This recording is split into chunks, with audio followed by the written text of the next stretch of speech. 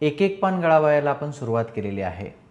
आजच्या आपल्या वाचनाला आणि त्या संदर्भात जे काही आपण स्पष्टीकरण देतो त्याला सुरुवात करण्यापूर्वी काही विद्यार्थ्यांची काही क्वेरी जी काही आहे, काल मला जी मिळाली, एका विद्यार्थिनीने एक प्रश्न विचारला, तर त्याच्यावर मी थोडंसं ते बोलणार आहे. हे खरं तर मी बोलणार होतो पुढे, पण हरकत नाही. मला त्या विद्यार्थिनीकडून असा एक मेसेज काल आला की सर, इतर काही ठिकाणी किंवा काही ग्रुप्सवरती अशी चर्चा चालू असते. मराठी साहित्याचे आता खूप वेगवेगळे ग्रुप्स आहेत आणि तिथे मला असं सांगितलं गेलं की गौरी देशपांडेंनी किंवा जे काही आपल्याला एकंदरीत सगळे लेखक अभ्यासक्रमाला लावलेले आहेत आपल्या पेपर 2मध्ये, त्यांची इतर पुस्तकं वाचणं पण कंपल्सरी आहे, गरजेचं आहे. त्याच्यातनं तुमचं आकलन वाढू शकतं.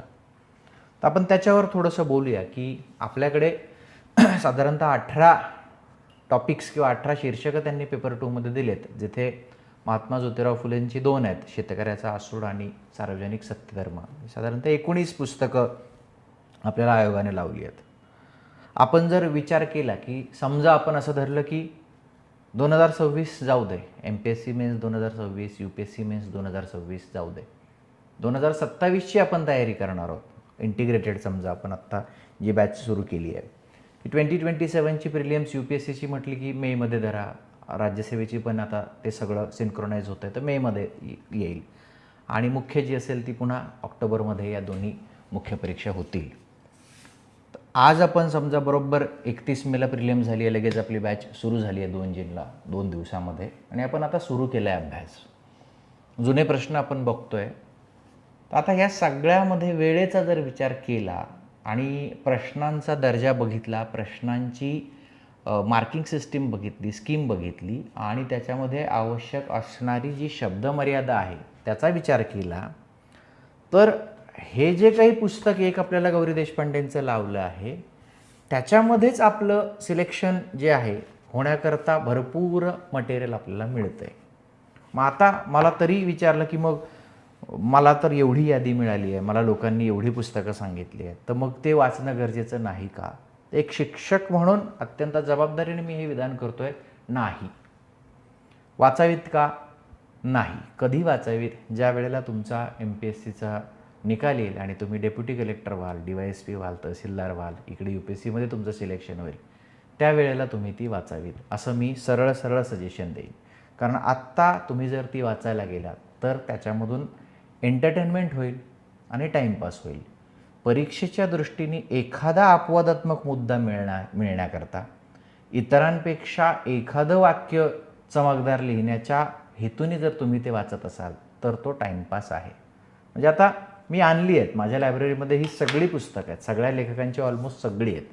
आता गौरी देशपांडेंचं म्हटलं तर आहे हे असं आहे, हा कथासंग्रह आहे, ठीक आहे. याच्यामध्ये साधारणतः बऱ्याच कथा आहेत, कावळ्या चिमणीची गोष्ट आणि त्या गाजलेल्या कथा आहेत, आहे असं आहे. आणखी कुठली पुस्तकं आहेत? गोफ, गौरी देशपांडेंची जी काही कादंबरी आहे. त्यानंतर दुस्तर हा घाट आणि थांग. त्यानंतर तिरवो आणि काही दूरपर्यंत. त्यानंतर निरगाठी आणि चंद्रिके ग सारिके ग. त्यानंतर म्हटलं तर त्यांच्या काही लेखांचा संग्रह जो आहे, विंचुर्णीचे धडे. आणि झालंच तर माझ्याकडे त्यांनी अरेबियन नाईट्सचं ट्रान्सलेशन केलेलं आहे मराठीमध्ये ना. अलिफ लैला जी सिरियल असायची, अरेबियन नाईट्सचं ट्रान्सलेशन, त्याच्या अनेक खंडांचं भाषांतर गौरी देशपांडेंनी केलं आहे. बऱ्याचदा आपण ते विसरतो. अधिक त्यांच्या काही कविता पण आहेत. मग आता हे इतकं तुम्ही वाचणार आहात का? जे काही तुम्हाला सल्ले मिळत आहेत आणि हे सगळं वाचून आणि हे पुस्तक आणि याच्यावर तुम्हाला एक 15 मार्कर किंवा 20 मार्कर लिहायचं आहे. एक रसास्वाद आणि मॅक्सिमम एक प्रश्न. 250 मार्कांच्या पेपरमध्ये आपल्याला आपल्या वाटणीला एका पुस्तकाला जास्तीत जास्त काय येऊ शकतं की त्याच पुस्तकावरचा रसास्वाद आपण लिहिणार 10 मार्कांचा आणि त्याच पुस्तकावरचा एक प्रश्न असेल 15 मार्क किंवा 20 मार्कांचा. म्हणजे टोटल जर त्याचं मॅक्सिमम काढलं तर 20 अधिक 10 30 मार्क्स आहेत 250 पैकी. त्याच्यासाठी तुम्ही मग 2 महिने तुमच्या प्रिपरेशनमधलं हे करणार आहात का? की मी सांगतो तितकंच की एकदा प्रत्येक 3-4 लेक्चर्समध्ये माझ्यासोबत ते वाचून घेणं, मी बोलत असताना मी जे मुद्दे वारंवार त्याचा रिपीट करतो, पुनरुच्चार करतो, त्याची नोट बनवणं, गेल्या 10-15 वर्षामधले जे UPSCचे PYQs आहेत त्याचं उत्तराचं जे काही आहे एक कंपोज करून ठेवणं आणि आणखी जे एक्सपेक्टेड मुद्दे आहेत ते लिहून ठेवणं, जे मी सांगेल त्याप्रमाणे. हे करणार आहोत की हे सगळं करणार आहोत? तुम्ही कॉमन सेन्स जर वापरला तर लक्षात येईल की त्याची गरज नाही आहे.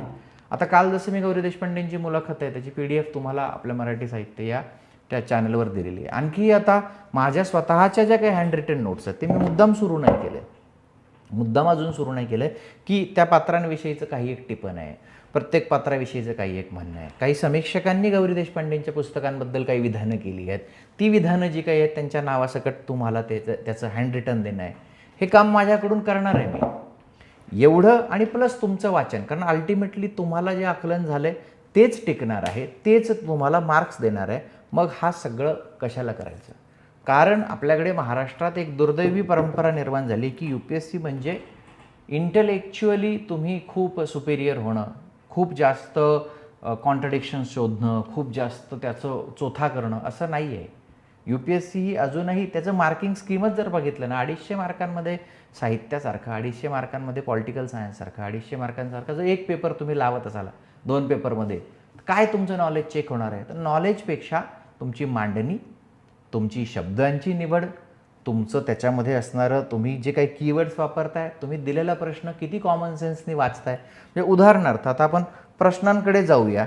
आणि एवढं सांगूनही कोणाला वाचायचे असतील तर ही आहेत: गोफ, दुस्तर हा घाट आणि थांग, तेरवो आणि काही दूरपर्यंत, निरगाठी आणि चंद्रिके ग सारिके ग, आहे असं आहे, विंचुर्णीचे धडे आणि अरेबियन नाईट्स आणि प्लस काही कविता. लक्षात येत आहे?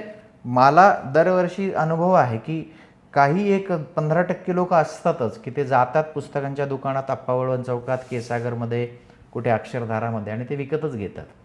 कितीही त्यांना म्हटलं की अरे नका वाचू तरी त्यांना ते इंटरेस्टिंग वाटतं, पण ते नंतर दे रिपेंट, त्याचा पश्चातापच होतो. कारण UPSCच्या मुख्यकर्ता आणि MPSCच्या मुख्यकर्ता ते लागत नाही. त्यांनी टेक्स्च्युअल स्टडी जे सिलेबसमध्ये म्हटलं की यांचाच संहिता लक्ष अभ्यास करा आणि आम्ही जो प्रश्न विचारतो त्याचं उत्तर द्या.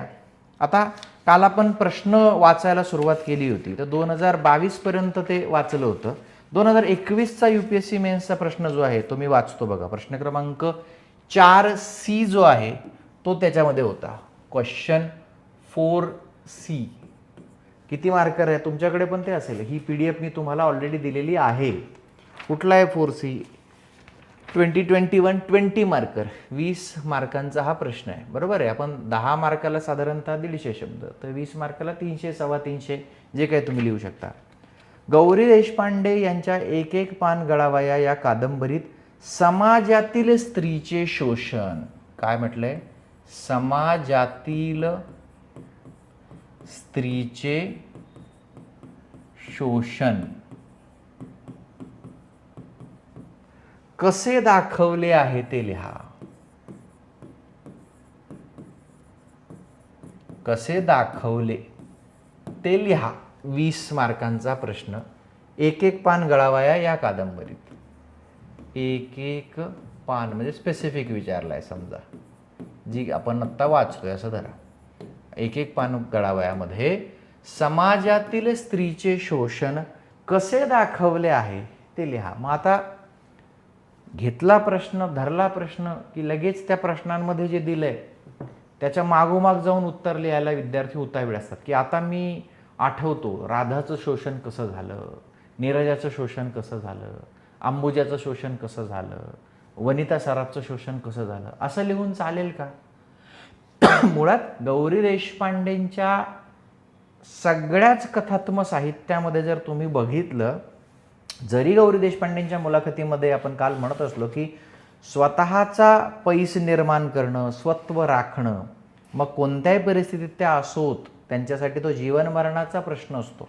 वारंवार जेव्हा मी एखाद्या वाक्याचा उच्चार किंवा वाक्यसमूहाचा उच्चार करतो त्याचा अर्थ असा असतो की तुमच्याकडून ते पेपरमध्ये रिफ्लेक्ट व्हावं की कोणत्याही परिस्थितीत त्या असोत, त्यांच्यासाठी जीवन मरणाचा प्रश्न असतो. किंवा त्यांनी म्हटलंय की स्त्रीलाही पुरुषांप्रमाणे इच्छा आकांक्षा असतात, मग त्या सगळ्या बाबतीत आहेत, त्याची किंमत तिला द्यावी लागते, पुरुषाला ती द्यावी लागत नाही, आणि मग स्त्री पुरुष नात्यात समानतेची अपेक्षा का ठेवू शकत नाही हा माझा प्रश्न आहे, वगैरे वगैरे. हे सगळं त्या म्हणतात. पण त्यांच्या एकंदरीतच लघु कादंबऱ्यांच्या, त्यांच्या कथात्मक साहित्याच्या परिघामध्ये स्त्रिया आणि पुरुष यांच्यामध्ये एक इगॅलिटेरियन सगळं स्ट्रक्चर असावं, एक समानता असावी आणि त्या सबंध समाजातल्या स्त्रियांमध्ये कशा पद्धतीने ती समानता झिरपावी ह्याचा विचार त्यांची पात्र करतात का? राधा हा विचार करते का की एखाद्या दलित स्त्रीच्या बाबतीत काय घडतंय, एखाद्या बहुजन स्त्रीच्या बाबतीत काय घडतंय, एखाद्या ग्रामीण भागात मराठवाड्यातल्या स्त्रीच्या आयुष्यामध्ये समानता कशी येईल, यानं राधा चिंतित होते आहे का? का राधाचा जो परिघ आहे तो सीमित आहे? आणि याचं उत्तर आपण कालच बघितलं. गौरी देशपांडेंच्या मुलाखतीतलं मी बोलत असताना ते लिहून घ्यायला पाहिजे की त्या म्हणतात की माझे अनुभव, मी जशी वाढले, ज्या प्रकारच्या संस्कारात वाढले, ज्या प्रकारच्या परिघात वाढले, त्यातलेच ते आहेत. आणि साधारणतः आपण पहिल्याच दिवशी म्हणालो की हे एका अर्थानं उच्च मध्यमवर्गीय, म्हणजे केवळ खानपान, त्या परदेश प्रवास या अर्थानं नव्हे, त्या सगळ्या स्त्रिया ज्या आहेत या सगळ्या त्यांच्या दैनंदिन जीवनाकडं बौद्धिक दृष्टिकोनातनं बघतात. मध्यलटपटीतमध्ये पण तुम्ही बघा की वडिलांबरोबर चर्चा करणं असेल, आपल्या सगळ्या आयुष्याला त्या निरीक्षणाच्या काही भिंगांखाली सतत ठेवतात. स्वतःचं वर्तन तपासतात, दुसऱ्यांचं तर तपासतातच, पण स्वतःचंही वर्तन तपासतात. प्रत्येक घटनेला काहीतरी एक बौद्धिक अन्वयार्थ, तात्विक अन्वयार्थ लावण्याचा प्रयत्न करतात. मग प्रेम असेल, नातेसंबंध असेल, लग्न असेल, आणि या सगळ्याचं बेसिस म्हणून स्त्री जी आहे ती त्या सगळ्यांना त्यांची पात्र प्रतिक्रिया देत राहते आणि त्यातनं तिला कुठे असमानतेचा बोध होतो. कधी कधी तिला तिचं नातं अर्थपूर्ण वाटतं, कधी कधी तिला तिचं नातं अर्थहीन वाटतं. मध्यलटपटीत समजा बघितलं, कारावासातून पत्रे आपण बघितलं, इथे पण बघितलं की माझं आणि माधवचं नातं कसं आहे. आत्ता आपण जिथे काल शेवट केला की याला प्रेम म्हणतात का, ह्याची चिकित्सा करणं, रूढी पारंपरिक चौकटी ज्या आहेत त्याच्यामध्ये वाहवत न जाता प्रत्येक भावनांची, वर्तनाची बौद्धिक चिकित्सा करणं हा या पात्रांचा स्वभाव आहे. मग आता हा जो प्रश्न आहे की ह्या एक एक पानगळामधील समाजातील स्त्रीचे शोषण कसे दाखवले, तर याचं उत्तर एका वाक्यात, समाजातील स्त्रीचं शोषण वगैरे असं काही दाखवलं नाही आहे त्याच्यामध्ये. समाजातील स्त्रीचं शोषण दाखवणं हा एक एक पान गळावायचा प्राथमिक उद्देश आहे का? त्याच्यात त्यांनी दिलंय का की एखाद्या विशिष्ट जात समूहामध्ये कशी बाबा चाइल्ड मॅरेजेस होतात, रेप विक्टिम जे आहेत, बलात्कार पीडित आहेत, त्यांच्याबाबत काय धोरण घेतलं जातं, कशा पद्धतीने घरकाम करणाऱ्या स्त्रियांच्या आयुष्यामध्ये मोठमोठाले पेच येतात, कशा पद्धतीने देहविक्रय करणाऱ्या स्त्रियांच्या आयुष्यामध्ये शोषण केलं जातं, हे सगळं समग्रपट येतोय का त्यांच्यात? नाही येते. मग त्यामुळं इथं लगेच आपल्याला प्रश्न जिकडे आपल्याला नेऊ पाहतोय, फसवण्याचा प्रयत्न करतोय, तसं लिहून चालेल का? नाही.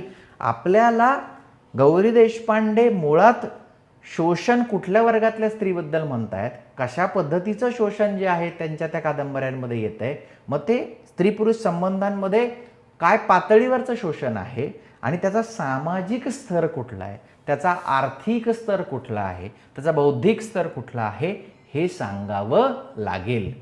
आणि मग त्या मर्यादित चौकटीमध्ये ती स्त्री त्याला शोषण का म्हणते आहे, तिचा वर्ग कुठला आहे हे आपल्याला सांगावं लागेल. आणि कुठेतरी जाता जाता एक दोन कमेंट, म्हणजे याचा अर्थ असा नाही की तुम्ही 300 शब्दांमध्ये 200 शब्द सांगा की अरे इथं हे दिसत नाही, तिथं ते दिसत नाही. कुठेतरी त्यांची मर्यादाही तिथे सांगणं अपेक्षित आहे की सामाजिक दृष्टिकोनातनं स्त्रीचं शोषण मांडणं हा गौरी देशपांडेंचा प्राथमिक हेतूच नाही.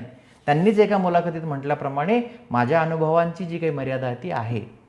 माझा हेतू जो काही आहे की माझ्या स्त्रिया स्वत्व राखण्याचा प्रयत्न करतात, माझ्या स्त्रिया स्वतःचा पैस निर्माण करण्याचा प्रयत्न करतात, त्याच्यातून त्यांच्याकडे एकाकीपणा येतो, त्यांच्यातून त्यांच्याकडे उदासीनता येते, त्या स्वतःला आणि इतरांना सतत निरीक्षणाच्या भिंगाखाली ठेवतात, प्रेमाला ठेवतात, विवाहाला ठेवतात आणि त्याच्यातून त्यांना ते एकटेपणाची जाणीव होऊ शकते.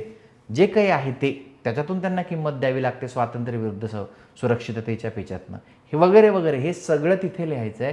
पण याच्या मागोमाग लगेच समाजातील स्त्रीचे शोषण त्यांनी दाखवलंय, तर असं म्हणता येणार नाही की त्यांनी सबंध समाजातल्या स्त्रीवर्गाविषयीची त्यांचं पात्र राधा ही जी काही चिंतित होते त्यातनं ती काहीतरी चळवळ करायला बघते, असं होत नाही. असं होत नाही. ती तिच्या व्यक्तिगत पातळीवर त्या गोष्टींचा अन्वयार्थ जो आहे तो सतत लावत असते. आणि त्याच्यातनं तिला जे जाणवतं तिच्यातनं जो काही सगळा येतं त्यातनं ती निरीक्षण मांडते. पण संबंध समाजातील स्त्रीचे शोषण दाखवणं हा त्याचा हेतू नाही आहे.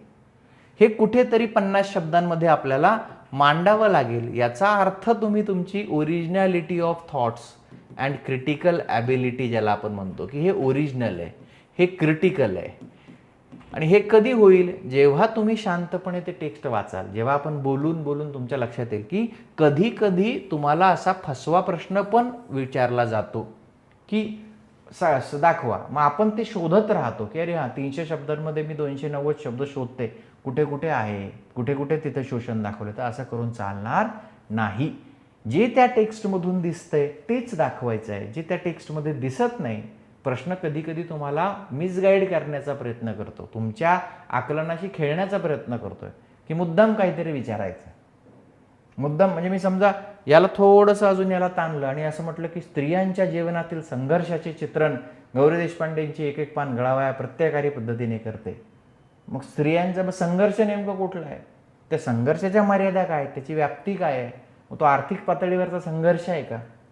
तो रोजाने जाणाऱ्या स्त्रियांचा संघर्ष आहे का? तो भीक मागणाऱ्या स्त्रियांचा संघर्ष आहे का? कुठल्या वर्गाबद्दल आपण बोलतो हे सांगून आपल्याला ते लक्षात यायला पाहिजे की खूप सगळं सामाजिक असा विचार ती पात्र करत नाहीत. सामाजिक काही अल्टरनेटिव्ह दिला पाहिजे, काही पर्यायित्व दिलं पाहिजे, याच्यामुळं ती पात्र खंगून जात नाहीत. वैयक्तिक पातळीवर सगळं ते भोगणं किंवा उपभोगणं जे आहे ते त्यांच्यामध्ये येतं आणि म्हणून मग ते येत नाही. आणि मग जे शोषण आहे ते कुठल्या दर्जाचं शोषण त्यांची पात्र मानतात हे आपल्याला सांगता यायला पाहिजे. मला म्हणायचं काय आहे की ही सगळी पुस्तकांचे हे गठ्ठे आहेत, याचा काहीच उपयोग नाही आहे. इथं तुम्ही एक एक पान गळावया किती चांगलं वाचलंय, हा त्याचा अर्थ किंवा हा त्याचा संदर्भ मला जो सांगायचा आहे तोच महत्त्वाचा ठरणार आहे. ठीक आहे, आपण आता वाचायला सुरुवात करू. 2020 पर्यंतचे प्रश्न आपण वाचलेले आहेत आणि पुढचं टेक्स्ट जे आहे ते आता आपण वाचायला सुरुवात करू. काल आपण 120 नंबरच्या पेजवर होतो बघा. आणि हे जाणीवपूर्वक मी परत सांगतो, हे 3रं-4थं काय लेक्चर आहे की टेक्स्ट वाचणं तुमच्यासोबत शिक्षक म्हणून मी कितीतरी ते वेळा ते वाचलेलं आहे आणि तुमच्या पातळीवर येऊन त्याच्याविषयी काहीतरी एक प्रायमरी आकलन कसं होतं आहे हे पुन्हा तुमच्यासोबत अनुभवणं, तुमच्याबरोबर तुम्हाला तो एक्सरसाइज करून दाखवणं हा हेतूच याच्यासाठी आहे. कारण खूप आता काळ निघून गेलेला आहे. म्हणजे जेनझीज लोक आहेत, ग्रामीण भागातले लोक आहेत, तुमच्या हातात इंस्टाग्राम आहे, रील आहे आणि इंस्टाग्रामवर काय आहे की खूप सगळे फिलॉसॉफिकल तुम्ही वाचत असता, खूप सगळं त्याच्यामध्ये लेखकांची कोटेशन्स वाचत असता. तुमच्या आयुष्यामध्ये पण खूप कॉम्प्लेक्सिटी सगळी निर्माण झालेली आहे. तर आता ह्याला कसं सामोरं जायचं? तर एकदम त्याच्यावरची कमेंट्री घेऊन मी लेक्चरला येत नाही आहे. टेक्स्ट तुमच्याबरोबर वाचतोय आणि सायमल्टेनियस त्याच्यावर आपण साध्या शब्दात बोलतोय. हळूहळू आपण मग परीक्षेकडे त्या दृष्टीने जाणार आहोत. बघा, काल आपण आलो होतं की हे आपल्याला वाटतंय त्याला प्रेम म्हणायचं का, माधवलाच विचारलं पाहिजे आल्यावर. म्हणजे मगाशी मी वाक्य उच्चारलं बघा की इतरांबरोबर स्वतःच्याही अनुभवाला, स्वतःच्याही भावनांना प्रश्नांकित करण्याचा ह्या पात्रांचा जो स्वभाव आहे, आपल्याला वाटतंय त्याला प्रेम म्हणायचं का, हे तरुण राधा विचारतीये. तरुण राधाच्या मनातलं हे सगळं चालू आहे. मग मुलगी जी आहे ती तारुण्य सुलभ प्रेमात पडते. आकर्षणाच्या एका पातळीवर आल्यानंतर ती प्रेमात पडते.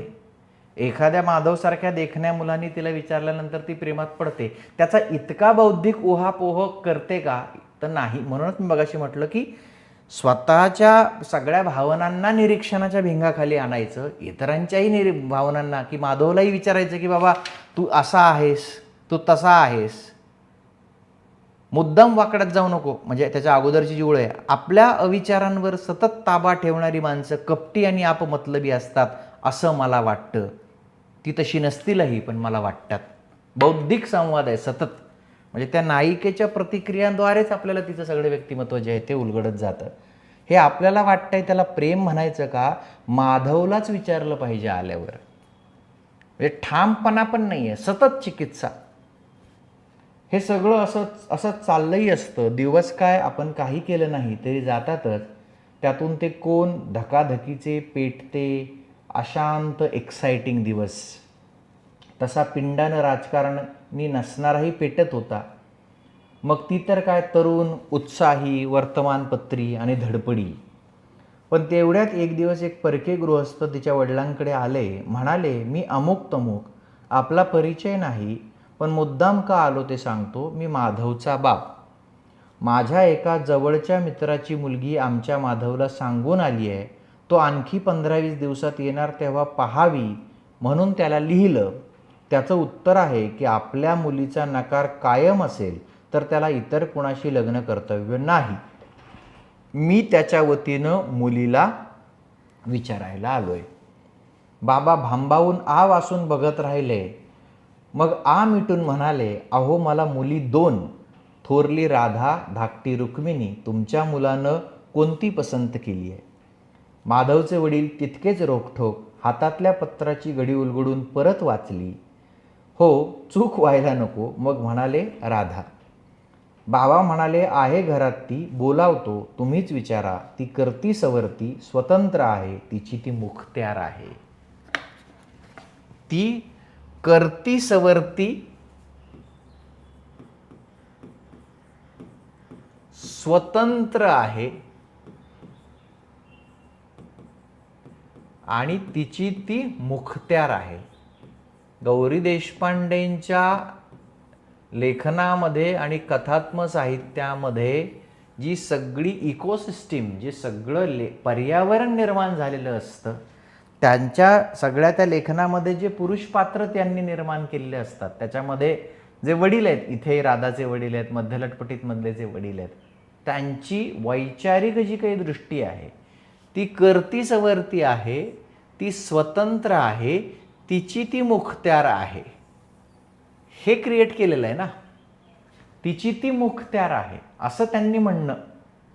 मग सामाजिक शोषणाचा मगाशी जो प्रश्न होता की एखाद्या ग्रामीण बहुजन समाजातल्या वडिलांकडे जर असं कोणी गेलं तर पहिल्यांदा ते हाकलूनच देतील ना, म्हणजे हा काय प्रकार आहे. पण ती करती सवरती आहे, ती स्वतंत्र आहे आणि ती मुखत्यार आहे, तुम्ही तिलाच विचारा, असं म्हणणारे राधाचे वडील. गौरी देशपांडेंचं सगळं ते पर्यावरण आपण जर बघितलं तर लक्षात येतं की काय प्रकारचं ते सगळं आहे. एका पॉईंटला आदर्शवत वाटावं असं की जे रूढ पारंपरिक चौकटीतलं आहे त्यातली आव्हानं गौरी देशपांडेंच्या पात्रनिर्मिती दरम्यान त्यांनी तोडून टाकलेली असतात आणि जेणेकरून त्यांच्या प्रमुख पात्राला किंवा त्यातल्या त्या स्त्रियांना स्वतःच्या त्या विचारविवाहामध्ये जे काही आव्हानं दिसतात त्याच्याशी खेळण्यामध्ये त्यांना जास्त इंटरेस्ट आहे, ना की सामाजिक इतर काही सगळ्या आव्हानांची. लक्षात येतंय मला काय म्हणायचं? की बोलावतो, तुम्हीच विचारा, ती करती सवरती, स्वतंत्र आहे, तिची ती मुखत्यार आहे. म्हणजे तो विषयच तिथे संपतो. Radha comes into picture की मी आता माझं बौद्धिक काय ते घेऊन येते. मग असे जे मी म्हणालो की ते उच्च मध्यमवर्गीय आहे, फक्त राहण सहान, खानपान, परदेश दौरे, बहुसांस्कृतिक संबंध या अर्थानं नाही. सगळ्या त्या डिस्कशनमध्ये, सगळ्या त्या चर्चा, सगळ्या विश्वामध्येच एक प्रकारचं बौद्धिक सगळं ते आहे चर्चा विश्व. याच्यातूनही ते उच्च मध्यमवर्गीय. म्हणजे 1980 साल आहे साधारणतः, जर आपण म्हटलं तर राधा 50शीत आहे असं म्हणते. म्हणजे स्वातंत्र्याच्या पूर्वी 15-20 वर्ष जन्म झालेली पिढी आहे. तत्कालीन समाजाचा विचार केला तर मोठा समाज हा अशिक्षित आहे, इलिटरेट आहे. आणि गौरी देशपांडेंच्या त्या सगळ्या याच्यामध्ये ही अत्यंत सुशिक्षित अशी पात्र येतात, ज्याच्यामध्ये त्यांचे वडील जे आहेत हे अत्यंत पुरोगामी विचारांचे असतात. आणि याचा संबंध गौरी देशपांडेंच्या त्या सगळ्या घरच्या कल्चरशी सुद्धा आहे की कर्वेंची जी काही सगळी नात असणं है ना, आणि इरावती कर्वेंची मुलगी असणं, रोधो कर्वेंची पुतणी असणं, आणि याच्यातनं ते सगळं येतं की तो जो काही बाकीच्या जगातला पेच आहे तो त्यांच्या पात्रांना तो फेस करावा लागत नाही. त्यांनी हाक मारली. राधाला पाहून माधवच्या वडिलांच्या भुवया उंचावल्या, पण त्यांनी नेटानं सर्व पाढा परत वाचला. प्रथम राधाही थक्क झाली. मग आपल्याला कोंडीत पकडण्याचा हा काही डाव आहे असं वाटून चिडली. जे तारुण्य सुलभ ज्या काही भावना आहेत, म्हणजे प्रेमभावना ज्या आहेत, गौरी देशपांडेंच्या पात्रांची प्रतिक्रिया देण्याची पद्धत बघा. गौरी देशपांडेंच्या पात्रांची प्रतिक्रिया देण्याची पद्धत बघा. त्या प्रतिक्रियांमधून ते सगळं घडत जातं की आपल्याला कोंडीत पकडण्याचा हा काही डाव आहे असं वाटून चिडली. एक अल्टरनेटिव्ह याचं एक प्रतिक्रिया बघा की एखादा मुलगा आपल्या प्रेमामध्ये एवढा वेडा झाला आहे की तो आपल्याला थेट वडिलांकडून मागणी घालवतो आणि म्हणतो की तू नाही तर कोणीच नाही. मग ह्याच्यातलं थ्रिल मानणारी राधा आहे का? नाही. तू मला कोंडीत पकडण्याचा प्रयत्न करतो आहेस, अशा प्रकारचं बौद्धिक आकलन असणारी राधा आहे. इतरांच्या वागण्याची चिकित्सा आणि स्वतःच्याही वागण्याची चिकित्सा. लक्षात येतंय? जे आहे, जे गिव्हन आहे त्याला प्रतिप्रश्न करण्याची सवय, जे दिलंय, जे समोर येत आहे त्याला प्रतिप्रश्न करण्याची सवय गौरी देशपांडेंच्या ऑलमोस्ट सगळ्या पात्रांमध्ये दिसून येते. हे जे मी बोलतोय ना, हे तुम्हाला रसास्वादामध्ये उपयुक्त आहे, हे प्रश्नाच्या उत्तरांमध्ये उपयुक्त आहे, हे लक्षात घ्या. पण बिचाऱ्या म्हाताऱ्याची काय आगळीक असं म्हणून शक्य तितक्या आणि अत्यंत कोरडे उल्लेख, शक्य तितक्या सौम्यपणं फक्त माधव आला की त्यालाच सांगेन इतकं म्हणून निघून गेली. त्याच्या वडिलांनी त्याला तार ठोकली असावी, कारण त्याचीही लगेच तिला तार आली. अमुक दिवशी अमुक वाचता येत आहे, रुक्मिणी राधाच्या 2 वर्षच मागं. आता हे एक पात्र नवीन जे येतं, म्हणजे लगेच पात्रांची सुद्धा नोंद आपल्या नोट्समध्ये आपण करत राहिली पाहिजे. जेवढी ही पात्र किती तुमच्याशी फॅमिलियर व्हायला हवीत, किती तुमच्या ओळखीची व्हायला हवीत, जसे तुमच्या इमिडिएट फॅमिलीतले लोक आहेत ना, तेवढीच तुम्हाला ही पाठ असायला हवीत की राधा आहे, माधव आहे, गणेश आहे, नीरजा आहे, अंबुजा आहे. हे आपल्याला पाठच व्हायला पाहिजे. हे सगळं वनिता आहे मदत करणारी, है ना, आणि लहान बहीण असणारी रुक्मिणी आहे. हे इतकं तुम्ही याच्याशी यूज टू व्हायला पाहिजे मॅथमॅटिकली, गणिती पद्धतीने. आणि हे वाचताना तुम्ही जर जीव ओतून वाचत असाल तर हे असं पाठ करायची गरज राहत नाही की अरे बाबा आता पात्र पाठ करतो, हे आपोआप होतं. पण ज्या वेळेला 19 पुस्तकं एकत्र होतात तेव्हा मग राधा नेमकी कशात आहे, रुक्मिणी नेमकं कशात आहे, याचं कन्फ्युजन होतं. रसास्वादाला हे कशातलं आहे, साष्टांग नमस्कार मधलं आहे, जन हे बोलतू जेथे मधलं आहे का मध्यलटपटीत मधलं आहे, कोणाची अशी भाषा आहे. 2 लेखक कधी कधी सारखे वाटायला लागतात आणि मग ओळखता येत नाही. रसास्वाद 10 मार्काचा जो असतो त्याच्यामधलं प्रायमरी आणि मोस्ट इम्पॉर्टंट थिंग इज हे वाक्य कुठल्या पुस्तकातलं आहे, कोणत्या लेखकाच्या पुस्तकातलं आहे आणि हे कुठल्या प्रसंगाच्या वेळेला कोणाच्या तोंडातून येणारं वाक्य आहे, हे ओळखणं म्हणजे पहिली पायरी आहे ती सक्सेसची. आणि त्याच्यासाठी तुम्हाला लागतो तो संहितेवरचा पूर्ण तुमचा अभ्यास, शांत चित्तानं संहिता अभ्यासणं आणि हे लगेच नोट करून ठेवणं आणि याची A4 पेजेसवरती नोट्स तुमच्याकडे लावून ठेवणं. हे काय मी वाचतोय म्हणजे फक्त असं ऐकायचं, मजा येते हे करायला, ह्या मस्त चाललंय मला कळायला लागलं नाही. साईड बाय साईड याचं मॅथमॅटिकल नोट्स मेकिंग वगैरे जे आहे ते सगळं चालू ठेवायला पाहिजे. रुक्मिणी राधाच्या 2 वर्षच मागं तिनं राधाला माधवबरोबर पाहिलेलं असणार, कारण तो किती सुंदर आहे, हुशार आहे. ती बातमी घरात एरवी कशी फैलावली. तो आला बापाची गाडी उसने घेऊन, बाबांनी दार उघडलं. तो बसल्यावर त्यांनी सरळ विचारलं, इथंच बसताय का, आम्ही आतल्या खोलीत जातो हवं तर. तोपर्यंत रुक्मिणीनं दिलेला रिपोर्ट अतिशयोक्तीकडे झुकणारा नसून उलट तोकडाच आहे अशी सर्वांना खात्री पटली होती. आई चटकन म्हणाली, चहा तरी विचारा. पण माधव म्हणाला, ते मग आत्ता आधी राधाला घेऊन आमच्या घरी जातो, तिच्या म्हणण्यावर आहे सगळं, जरासं थांबून मग खारला आहे वडिलांचा ब्लॉक, जाऊन यायला उशीर होईल थोडा. सर्वांनी राधाकडे पाहिलं. आपल्याला काय वाटतंय किंवा वाटायला हवं त्याचा धड उलगडा होत नव्हता, म्हणून राधानं रागावर मूड पक्का केला. मगाचपासून जे आपलं चाललंय की बौद्धिक असणं, भावनेच्या आहारी न जाणं, म्हणजे पूर्णपणे भावनेच्या आहारी न जाणं, पूर्णपणे भावनेच्या आहारी न जाणं. जे दिलं आहे, जे गिव्हन आहे त्याला सतत प्रश्न विचारत राहणं. रागावर मूड पक्का केला. आपल्याला काय वाटतंय किंवा वाटायला हवं याचा धड उलगडा होत नव्हता, म्हणून राधानं रागावर मूड पक्का केला. तिनं मुकाट पायात चपला चढवल्यावर माधवही उठून उभा राहिला. आई शुकशुक करून आत बोलवत होती, पण ती काय म्हणणार ते चांगलं ठाऊक असल्यानं राधा चटकन दाराबाहेर पडली. पण गाडीत बसल्यावर तिनं ठरवलं की त्याच्या घरी पोचेपर्यंत एक शब्दही बोलायचा नाही. पण गिरगाव ते खार हे अंतर लांबच. महालक्ष्मीला येतात तो तिला हळसूच येऊ लागलं त्या नीरव शांततेचं. रात्री 8-8:30ची वेळ. त्यानं गाडी सी फेसला घेतली. त्या काळी तो भाग नुसता निर्वंश नव्हे तर साधारण सुरक्षितही असे. गाडी थांबवून तो तिच्याकडे वळला तेव्हा तिनं बोलायला तोंड उघडलं, पण तो म्हणाला, थांब, बोलू नकोस. आणि चटकन तिला जवळ ओढून त्यानं घट्ट धरून ठेवली. तिच्या केसांना चेहरा घासत अर्धवट हसत अर्धवट अजिजीने म्हणाला, राधा राधा. तो असं काही करणार याची आपल्याला कुठंतरी जाणीव असलीच पाहिजे हे राधाला उमगलं. पण आश्चर्य म्हणजे तिच्या नुसत्या मनानंच नव्हे तर शरीरानंही त्याला केवढी दाद दिली. अखेर त्याच्या मानेतनं चेहरा उचलून त्याच्या ओठांना आधाशासारखं खाऊन टाकायला लागली ती राधाच. तिला हलकेच दूर करून तो म्हणाला, लेट्स गो होम. त्याच्या घरी जाताना सर्व वेळ ती त्याला पकडून बसली नव्हती खरी, पण आता काय होणार ते समजून ती पुरती अधीर झाली होती.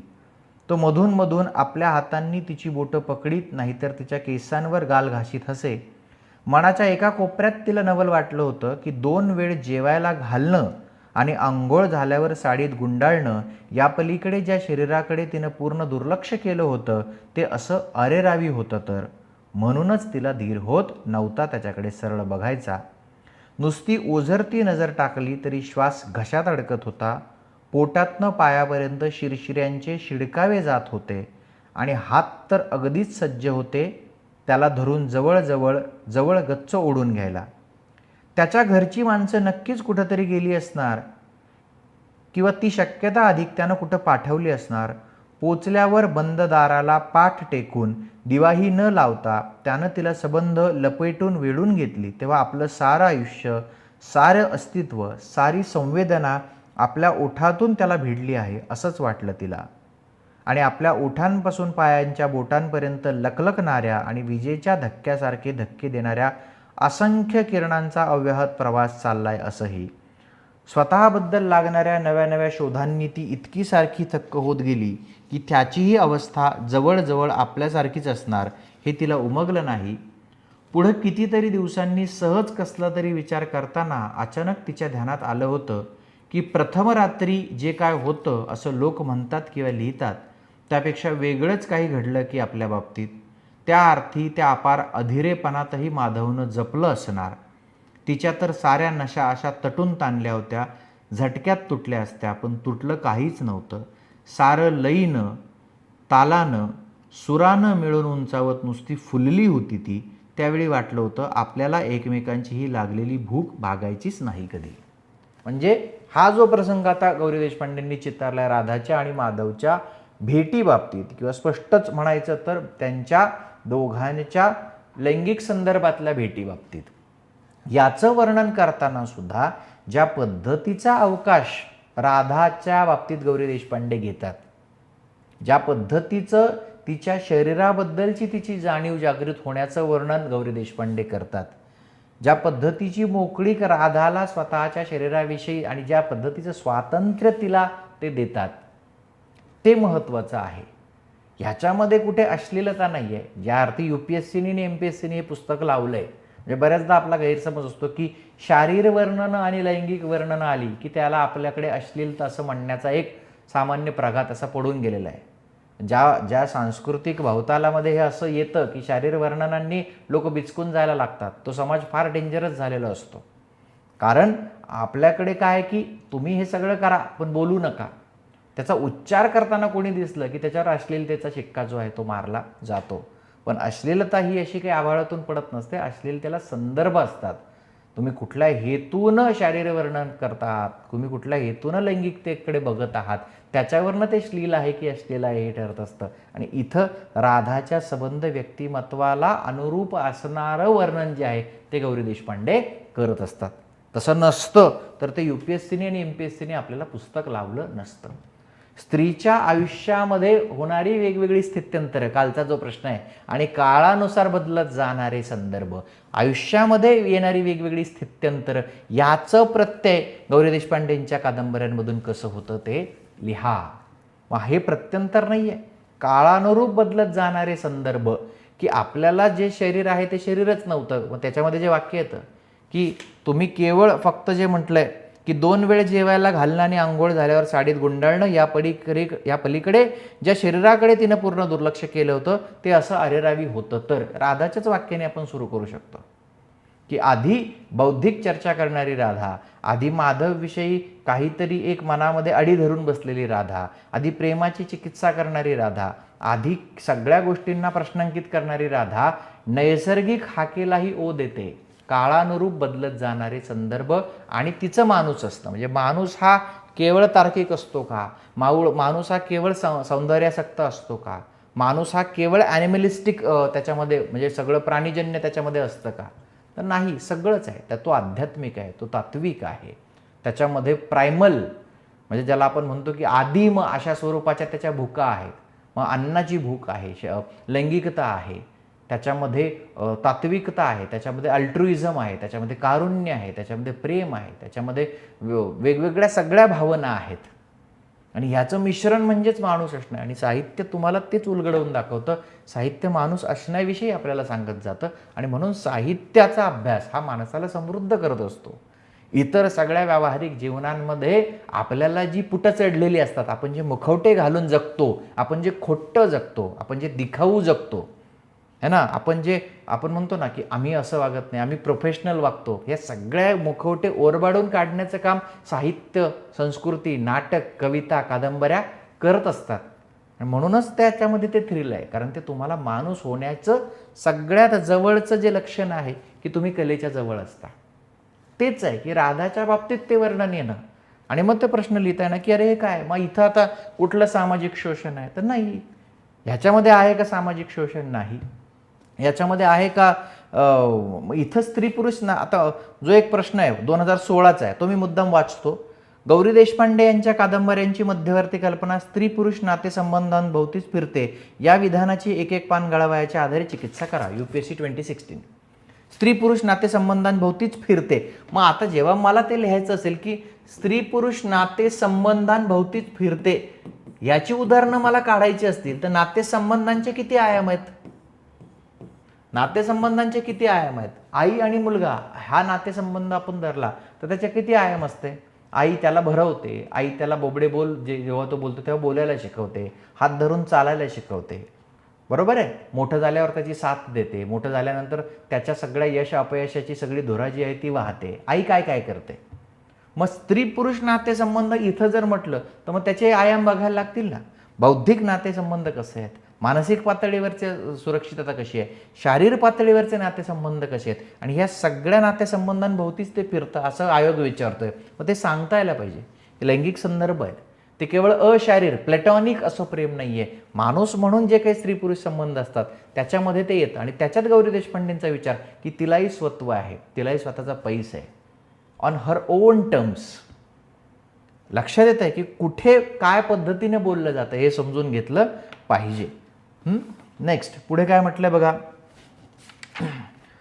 आय्या अजून झाली नाही बाथरूम करून सामान येऊन थडकलंय ना. फ्लॅशबॅकमधून लगेच माधव गेलेला आहे आणि आता मुंबईतलं घर आवरते आणि वनिता मदतीला आलेली आहे. मध्ये हे सांगून टाकणं, निवेदनाचं तंत्र.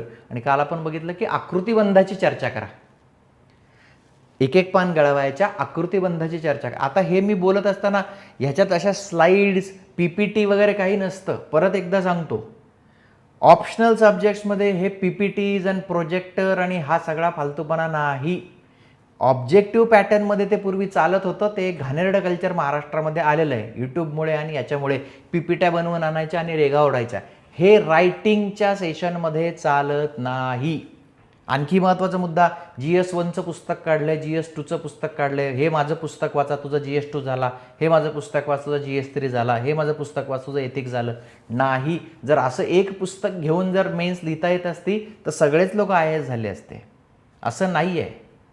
पुस्तक, संदर्भ साहित्य, आणि UPSCने आत्ता प्रिलिम्समध्ये तेच केलंय.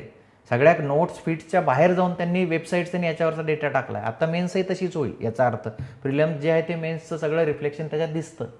MPSCच्या याच्यातही की रानडेंचा GS1 मधला प्रश्न समजा तुम्ही बघितला की रानडेंचा आर्थिक विचार सांगा, याच्यावर स्लाईड करून ये, रानडेंचा जन्म इथं झाला होता, त्यांच्या आईचे नाव हे होते, रमाबाई रानडे हे नको आहे आम्हाला. आर्थिक विचार सांगा. तुम्हाला सांगा की त्यांनी खंडणी म्हटलेला आहे का, कसे कोणते 10 मुद्दे आहेत ज्याच्यामध्ये तुम्हाला आर्थिक विचार कळाला, कुठून कळाला. राष्ट्रवादी विचार विचारला असता तर त्यांनी लिहिलं असतं का राईज ऑफ मराठा पॉवर तुम्हाला आठवतंय का वगैरे. मला पुन्हा तेच सांगायचं की हे जे मी बोलतोय ना हे सगळं पटापटा चालू असताना लिहून घ्यायला पाहिजे. स्वतः तुम्ही किती लिहिताय. शिक्षकाचं बोलणं इथं गरजेचं आहे. मराठी साहित्याच्या बाबतीतच नाही, इतिहास असू दे, PSIR असू दे, काही असू दे. हां, थोडंफार त्याला आपल्याला नोट्सच्या फॉर्मॅटमध्ये कन्वर्ट करता येतं, पण PPT दाखवा आणि व्यवस्थित तसं. इथं मी 10 मुद्दे लिहिले, त्यानं ऑप्शनल होत नाही. त्या गैरसमजातनं बाहेर या. पुस्तकांमध्ये मेन्स नाही आहे, तुमच्या अंडरस्टँडिंगमध्ये मेन्स आहे. पुस्तक हा एक रेफरन्स पॉईंट आहे. पण महाराष्ट्रात ते वाईट कल्चर ऑब्जेक्टिव्हनं गेल्या 10-12 वर्षांमध्ये MPSCनी पकडून पडलं. शिक्षकांनीही त्याला पुढे नेलं आणि आता काय आहे की जुनंच ऑब्जेक्टिव्हचं प्रिपरेशन करणाऱ्या लोकांना थोडंसं त्यांना अपीच करावं, त्यांचं लांगुल चालन करावं म्हणून परत ते कल्चर. हे GS1चं आमचं पुस्तक, हे GS2चं आमचं, ही 4 GS पुस्तक वाचा, असं आहे का. मग रोजचा पेपर कोण वाचणार, मग योजना कोण वाचणार, मग गव्हर्नमेंटच्या वेबसाईटला कोण जाणार. डिझास्टर मॅनेजमेंट जर तुमच्या पुस्तकातूनच घ्यायचं आहे तर नवीन घटनांची उदाहरणं कोण देणार. इंटरनल सिक्युरिटीचं नवीनचं घटनांचं कोण लिहिणार. हे जे सगळं प्रोजेक्ट चालू आहे, नक्षलिझम थांबवणं वगैरे, त्याची डेडलाईन आहे, याच्यावरचा प्रश्न लिहायचा असेल तर मग तुमच्या पुस्तकातून लिहायचा आहे का. बेसिक अंडरस्टँडिंग इंटरनेटवरून वगैरे करता येईल, पण ओव्हरऑल रायटिंग प्रॅक्टिस ही सगळी व्हायब्रंटच असायला लागेल. मला तेच सांगायचं आहे की कालचा प्रश्न जेव्हा मी म्हणतो तर ते लगेच डोक्यात असायला पाहिजे की काल काय बोलले होते. कालचा प्रश्न आकृतीबंधाचा, लगेच तिथं कालच नोंद पाहिजे. आकृतीबंध सांगा, आकृतीबंध जे आहे रचना उलगडून दाखवा की कसं फ्लॅशबॅकमधून तुम्ही बाहेर येत आहे, कसं तुम्ही लिहिताय. हे निवेदनाचं तंत्र सांगा. साबणाच्या पाण्यात बुडवलेला ब्रश हातात घेऊन राधा दारातल्या वनिताकडे बघत राहिली. ही कोण, आपण कुठे आहोत, काय करतो आहोत. क्षणभर काहीच कळेना तिला. तिच्या संपूर्ण निर्विकार पांढऱ्या पडलेल्या चेहऱ्याकडे बघून घाबरून वनिताच पुढं झाली. हातातून ब्रश काढून घेऊन म्हणाली, बेन काय झालं. बसा तुम्ही. एवढ्या प्रवासातून आल्यावर लगेच कामाला लागून कसं चालेल. मी तरी वेडी, समजलं नाही एवढंही. भानावर येऊन राधा दूर झाली. कसंबसं हसू आणत म्हणाली, ठीक आहे आता. खाली वाकले ना म्हणून जरा झापडल्यासारखं झालं, आता ठीक आहे. दारातनं रमणभाई आणि यमुनाही गर्दी करून आले. त्यांच्या मागं बट्टू आणि त्याच्या मागं हातगाडीवाला आणि लिफ्ट पण. राधाचा जीव संकोचला. अवसान आणून ती म्हणाली, चला सामान ठेवून टाकू, मग बसू की निवांतपणा. तुम्ही नुसतं सांगा, आम्ही ठेवतो कुठं ठेवायचं ते. मग सगळं लागल्यावर नव्या स्वयंपाकघरात उसनी आणलेली कॉफी बनवली तिनं आणि तिच्यात उसनीच दूध साखर घालून ती नव्यानं मांडून ठेवलेल्या डायनिंग टेबलवर आणून ठेवली. बसून साऱ्यांची पिऊन झाली तेव्हा तिनं विचारलं, फोन आहे ना तुमच्याकडे. हो या की. त्यांच्या घरात जाऊन फोनपाशी पोचल्यावर तिला अपराध्यासारखं झालं. काय वाटेल यांना, सख्खी मुलगी इथं असून या परक्यांची मदत घेतली आपण. तसंच भरकन म्हणाली, मुलीला फोन करते. इथं इंटरेस्टिंग भाग आहे, काय वाटेल यांना.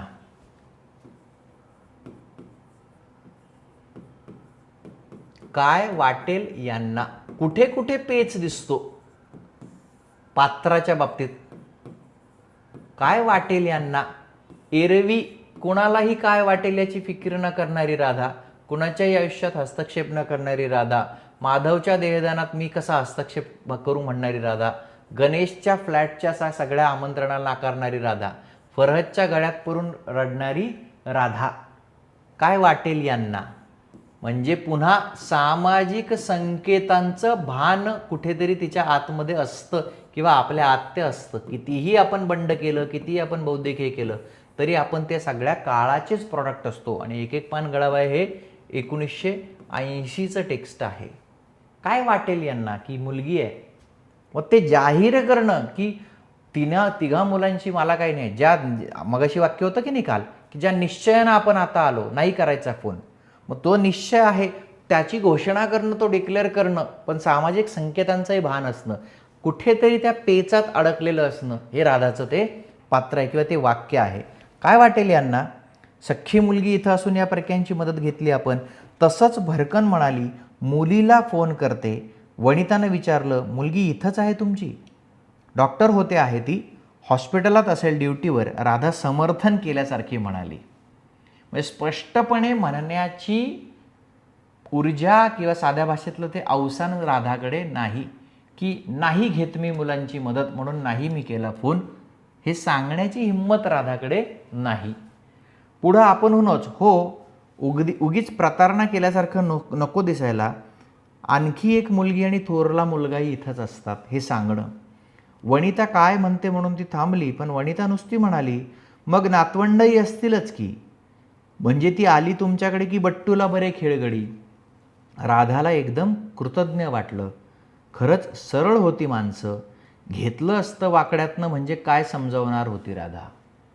म्हणजे स्वतःच्याच मनाचे खेळ, स्वतःला इतरांनाही निरीक्षणाखाली ठेवणं आणि स्वतःलाही ठेवणं. म्हणजे सुरुवातीला आज जे म्हणालो की ह्यांना काय वाटेल की अरे स्वतःची मुलं असून आम्हाला बोलवलं, आणि जेव्हा ते तसे वागत नाही तेव्हा एकदम कृतज्ञ वाटणं. खरं म्हणजे तिला तरी कुठं उमजलं होतं नक्की ती का मुलांना टाळत होती ते. तिला तरी कुठं उमजलं होतं नक्की की ती का टाळत होती. हे जे उमजणं न उमजण्याच्या सीमारेषेवर जे आहे ती गौरी देशपांडेंची पात्र आहेत. मुख्य तिच्या डोळ्यांसमोर उभे राहत ते माधव गेल्याबरोबरच्या आठवड्यातले सारे प्रसंग. आपले वाहायला तयार नसणारे निदान त्यांच्यासमोर तरी डोळे, आणि मुलींच्या अखंड गंगा यमुना, गणेशची वकिली नजर, 2 दिवसातच त्यांनी विचारायला काढलेले मतलबी प्रश्न. अपवाद म्हटला तर तो नीराचाच. तिनं सारा आठवडा जवळजवळ मुक्यासारखा काढला होता, आणि त्यानंतर पत्रही पाठवलं नव्हतं. आता फोन केल्यावर काय म्हणेल. फोन प्रथम एंगेजडच लागला, मग कितीतरी वेळानं लागल्यावर कुणी चिडखोर बाई म्हणाली, डॉक्टर भेटायच्या नाहीत आत्ता, इमर्जन्सीवर ड्युटी आहे त्यांची. राधा काही निरोप सांगायला लागली तर तिनं फोन ठेवूनच दिला. मग पुन्हा 1000दा फिरवला. अखेर मिळाला तेव्हा ती बाई काही म्हणायच्या आत राधाच चटकन म्हणाली, मी डॉक्टरांची आई दिल्लीहून बोलते, महत्त्वाचं काम आहे, प्लीज बोलवा. कितीतरी वेळ थांबल्यावर नीराचा आवाज आला, हॅलो आई, काय ग झालंय? नीरा, अगं इथंच आहे मी, दिल्लीला नव्हे. ती बाई निरोप देईना म्हणून म्हटलं. इथं म्हणजे कुठं? इथं मुंबईत. गणेशकडं का उतरली आहेस की अंबूकडे? नाही, आमच्याच माझ्या घरी. तू कधी येतेस? नाही, आमच्याच माझ्याच.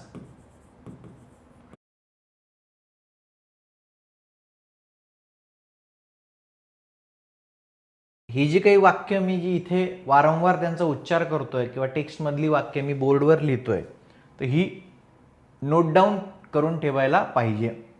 त्याचं कारण असं की त्याच्यातनं आपल्याला आपल्या प्रश्नांकडे जाण्याची जी खिडकी आहे ती मिळते. गणेशकडे उतरली आहेस का? अंबुजाकडे उतरली आहेस का? आपल्याच घरी उतरली आहेस असं नाही, आमच्याच. आणि मग पुढे लक्षात येतं की माधव आता नाही आहे, तर मग माझ्याच घरी. हे जे मी, माझं, मला हे आहे ना, मी, माझं, मला, आत्यंतिक व्यक्तिवादी असणं हे जे काही आहे राधाचं, ह्याचं पुन्हा पुन्हा दर्शन जे आहे ते आपल्याला होत राहतं. आणि मग तो जो पेच आहे की वनिताविषयी कृतज्ञता वाटते, एवढी 3 मुलं आपली आहेत, ती येत नाही आहेत. दोन्ही बाजूंनी जे काही आहे नातं खेचलं जाणं. तू कधी येतेस? इथं येऊन फ्लॅटवर आले म्हटल्यावर नीरा एकदम गप्प झाली. कितीतरी वेळ काही बोललीच नाही. मग राधाच म्हणाली, हॅलो हॅलो. आणखी तासभर आहे ड्युटी संपायला, त्यानंतर येईन. आणि तिनं चटकन फोन ठेवून दिला. रागावली नीरा. ओशाळवानं हसत तिनं वनिताचे परत परत आभार मानले. जाताना म्हटलं, काय केलं असतं मी तुम्ही नसता आलात मदतीला तर? वनिता म्हणाली, अहो त्यात काय झालं, शेजारी आपण, मदत करायलाच हवी. आज माझी तुम्हाला, उद्या तुमची मला. तेही खरंच म्हणून राधा दाराबाहेर पडली. पण हे अगदीच जुजबी दिसलं हे जाणून वळून पुन्हा म्हणाली, पण लक्षात ठेवा हेच, आणि काही गरज पडली तर हाक मारायची ठेवू नका. उद्या पेपरवाला दूधवाला लावून देते, मग सवडीनं संध्याकाळी दाखवीन भाजी वाणी. आणि खरंच मिसेस सिन्हांच्या गड्याला विचारा तुमचंही घरकाम करेल का म्हणून. न करायला काय झालंय, एकट्या माणसाचं तर काम कितीसं असेल, मीच ओळख घालून देईन तुमची सिन्हांशी, तुमच्यासारखीच वयस्कर आहेत दोघंही. आपण काही नको ते बोलून गेलो ते वनिताला जाणवलं नाही. तुमच्यासारखीच वयस्कर आहेत दोघंही. मागे उभे असलेले रमणभाई जरासे खाकरलेच. काही नको ते बोलून जाणं म्हणजे खाजगी सगळाचा उल्लेख करणं, तुम्ही वयस्कर आहात वगैरे. ती अल्लडपणा जे आहे वनितामधला कमी वयामुळे असलेला, जे राधा सुरुवातीला म्हणते, तेव्हा तिच्या ध्यानात येऊन तिची ओशाळगत व्हायला नको म्हणून राधा घाईघाईनं परत थँक्स म्हणून निघून आपल्या घरात आली. आपल्याला कुणी चटकन वयस्क म्हणावं याचा तिला सूक्ष्मसा धक्का बसला. पण मग स्वतःशीच हसत, न म्हणायला काय झालंय, 55 म्हणजे वयस्कच की. म्हणून तिनं दाराआतली चेन लावली. तासाभरानं येणार नीरा, तेव्हा आंघोळ उरकून घ्यावी, मग कॉफी करावी. शॉवर खाली उभी राहिल्यावर तिनं पाहिलं, हात मात्र खरे म्हातारे झालेत. मोठ्या निळ्या शिरा, हडकुळी बोटं, घरकामानं काळवटलेली सुरकुत्याही स्पष्ट दिसत आहेत मागच्या बाजूला, तशीच पावलंही. बाकी बरं आहे.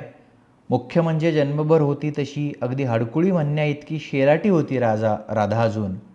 चेहरा आता खप्पड दिसायला लागला, त्यामुळं गालात तर अगदी खड्डे पडले. पण उगीच जिकडून तिकडून गुबगुबीत नव्हतो ते बरंच. तिला वाटलं नाहीतर सुटली असती लठ्ठी सगळी. केस मात्र चटकन पिकले. माधव कसा फनी दिसायचा, दाढी पांढरी, केस काळे. माधवचं सोडाच, तो बेटा रोज सूर्यनमस्कार घालणाऱ्यातला. राधानं पुष्कळदा हे ना ते व्यायाम सुरू करून पाहिलं होतं, पण प्रत्येक वेळी कंटाळून दिलं होतं सोडून. गेल्या वर्षीपर्यंत माधव टेनिस खेळायचा. अंगानं भरदार नसला तरी चिवट मजबूत दिसायचा. भल्या मोठ्या फरहद समोर उभा राहिलं की वाटायचं फरहद एक घास करून टाकील याचा. पण प्रत्येक वेळी जिंकायचा माधवच. फरहदला म्हणायचा, फोपशा आहेस तू लेका. सूर्यनमस्कार घाल रोज, ते तुंतुणं वाजवत बसण्यापेक्षा.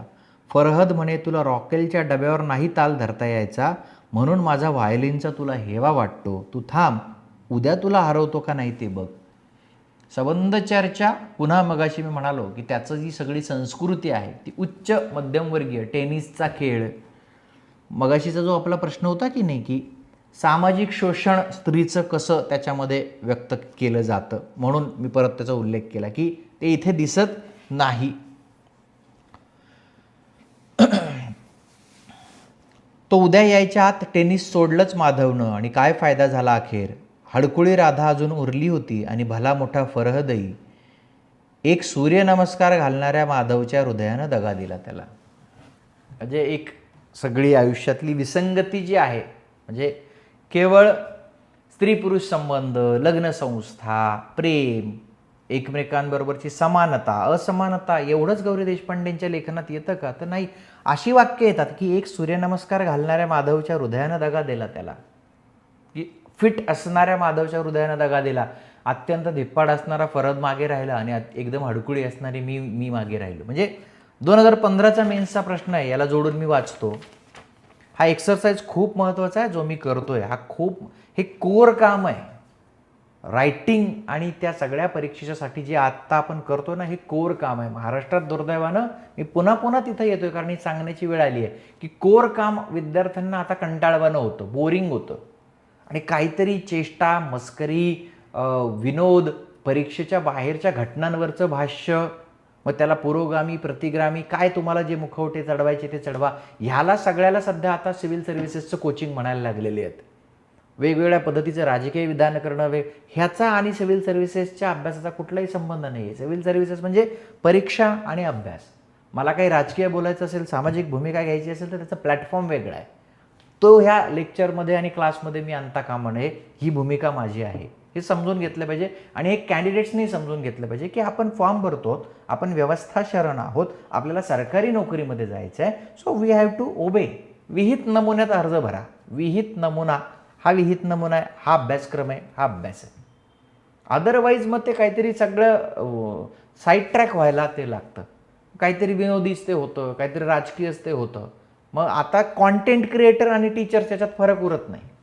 कॉन्टेंट क्रिएटर्स आणि टीचर याच्यामध्ये फरक उरला पाहिजे की नाही. हे असं करायला लागलं म्हणजे जे शिकवणं आहे ना, ते विद्यार्थ्यांना आता कंटाळवाणं वाटायला लागलं आहे. तुम्ही जोक नाही करत, तुम्ही कंटिन्यू, मग ते खूप जड होतं. तर ते जोक मी अनेकदा माझ्या विद्यार्थ्यांना, मी मागे जुन्या विद्यार्थ्यांना माहीत असेल की शिक्षक, सिव्हिल सर्व्हिसेसच्या ॲस्पिरंट्सचे शिक्षक जोक करायला लागले की मग विद्यार्थ्यांच्या आयुष्याचा जोक होतो. कारण जर तुम्ही बघा, बहुजन समाजामधून जे लोक नापास झालेले आहेत, जे या प्रोसेसच्या बाहेर गेलेले आहेत, त्यांचं काय होतं पुढं, ते जे विदारक चित्र आहे, त्याचे विशेष ऐकले ते खूप वाईट आहे. आणि त्याचं कारण हेच आहे की अभ्यास करत असताना इतर गोष्टींमध्ये लक्ष घालायचं, अभ्यास करत असताना राजकीय काहीतरी करत राहायचं, अभ्यास करत असताना सामाजिक काहीतरी सगळं करत राहायचं आणि अभ्यास सोडून द्यायचा. कुठंतरी मग भूमिका घ्यायची आणि काहीतरी म्हणत राहायचं. तुम्हाला कार्यकर्ता व्हायचं आहे, कार्यकर्ता व्हा. चळवळीत जायचं आहे, चळवळ करा. तुम्हाला स्त्रीवादी व्हायचं आहे, स्त्रीवादी व्हा. मार्क्सवादी व्हायचं आहे, मार्क्सवादी व्हा. काय व्हायचं ते व्हा. इथं तुम्ही जर फॉर्म भरलात आणि माझ्याकडे क्लास करायला आलात तर मग परीक्षा एक परीक्षा, पूर्व, मुख्य, मुलाखत. मुख्यमध्ये हा सिलेबस, ह्याचं उत्तर हे असं, पूर्वमध्ये हे प्रश्न, त्याचा अभ्यास असा, ते तिथं 4पैकी 1 सर्कल जे आहे ते काळं करा. मुलाखतीमध्ये असं प्रेझेंटेबल राहणं, असं बोलणं, अशी भाषा, इंग्रजीमध्ये द्या, मराठीमध्ये द्या. एवढंच म्हणजे परीक्षा आहे आणि यालाच प्रिपरेशन म्हणतात. बाकी मग आत्ता हे असं झालं, मग महाराष्ट्रात राजकीय आता असं चालू आहे, याचा काहीही संबंध, जेवढा संबंध परीक्षेच्या संदर्भात येतो तेवढाच आहे. आणि तेच सिव्हिल सर्वंटचं कॅरेक्टर असतं, तेच तुम्हाला करायचं असतं. हे सांगण्याची वेळ आत्ता येते कारण यूट्यूबवर हे लेक्चर जात आहेत हे मला ठाऊक आहे, पब्लिक सगळ्या डोमेनमध्ये ते जातं हे ठाऊक आहे. आणि त्याच्यामुळं बरेचसे विद्यार्थी कसे भरकटत आहेत हेही मला, ते त्यांना थांबवण्याचा एक दृष्टिकोन याच्यामध्ये आहे. तो जो प्रश्न आहे बघा 2015चा, मी वाचतोय कारण हा एक्सरसाइज आहे आणि हे प्रत्येक ऑप्शनलच्या बाबतीत आपण केलं पाहिजे. काय विचारलंय गेल्या 10 वर्षामध्ये, आपण कुठलं पुस्तक वाचतोय, मला काय विचारलंय, काय प्रश्न आहे, मग मला कसं उत्तर लिहायचं, हे तुम्ही कुठलाही सोशॉलॉजीचा अभ्यास करा, PSIR करा, हिस्ट्री करा, मराठी साहित्य करा, कुठलाही घ्या, अँथ्रोपॉलॉजी घ्या, पण हे असं त्याच्याशी जोडून बघता आलं पाहिजे. 2015 मेन्सचा 15 मार्कर होता. एक पान गळावा या संग्रहातील लघु कादंबऱ्यांच्याद्वारे लेखिकेला आविष्कृत करता आलेल्या अनुभवांचे आणि जीवनदृष्टीचे वेगळेपण अधोरेखित करा. आता हा वाईडर प्रश्न आहे, पण 15 मार्कर आहे प्रश्न, म्हणजे शब्दसंख्या कमी आहे. लेखिकेला आविष्कृत म्हणजे प्रकट करणे, एक्सप्रेस करणे, करता आलेल्या अनुभवांचे आणि जीवनदृष्टीचे वेगळेपण अधोरेखित करा.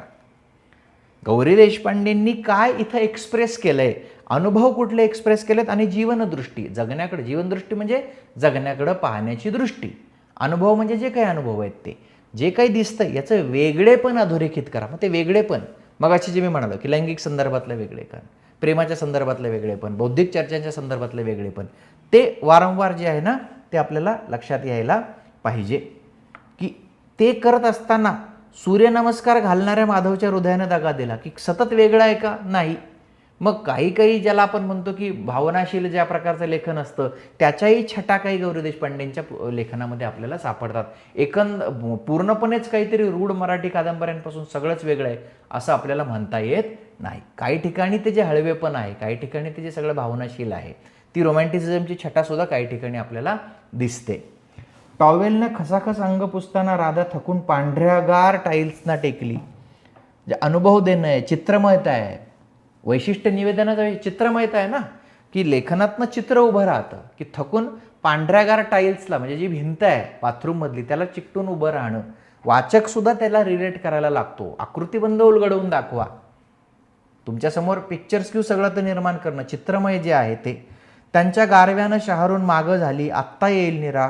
कपाट उघडलं तेव्हा दाराच्या आरशात गारव्यानं टवटवलेली स्तनाग्र दिसली तिला. श्लील अश्लीलचा मगाशी जो मुद्दा होता, शब्दांचा उच्चार, त्याचं लेखन हे श्लील अश्लील नसतं.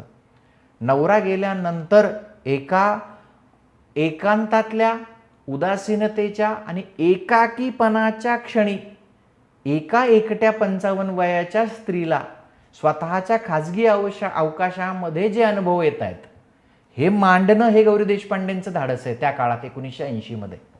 आणि कुठेही ते अश्लील वाटत नाही.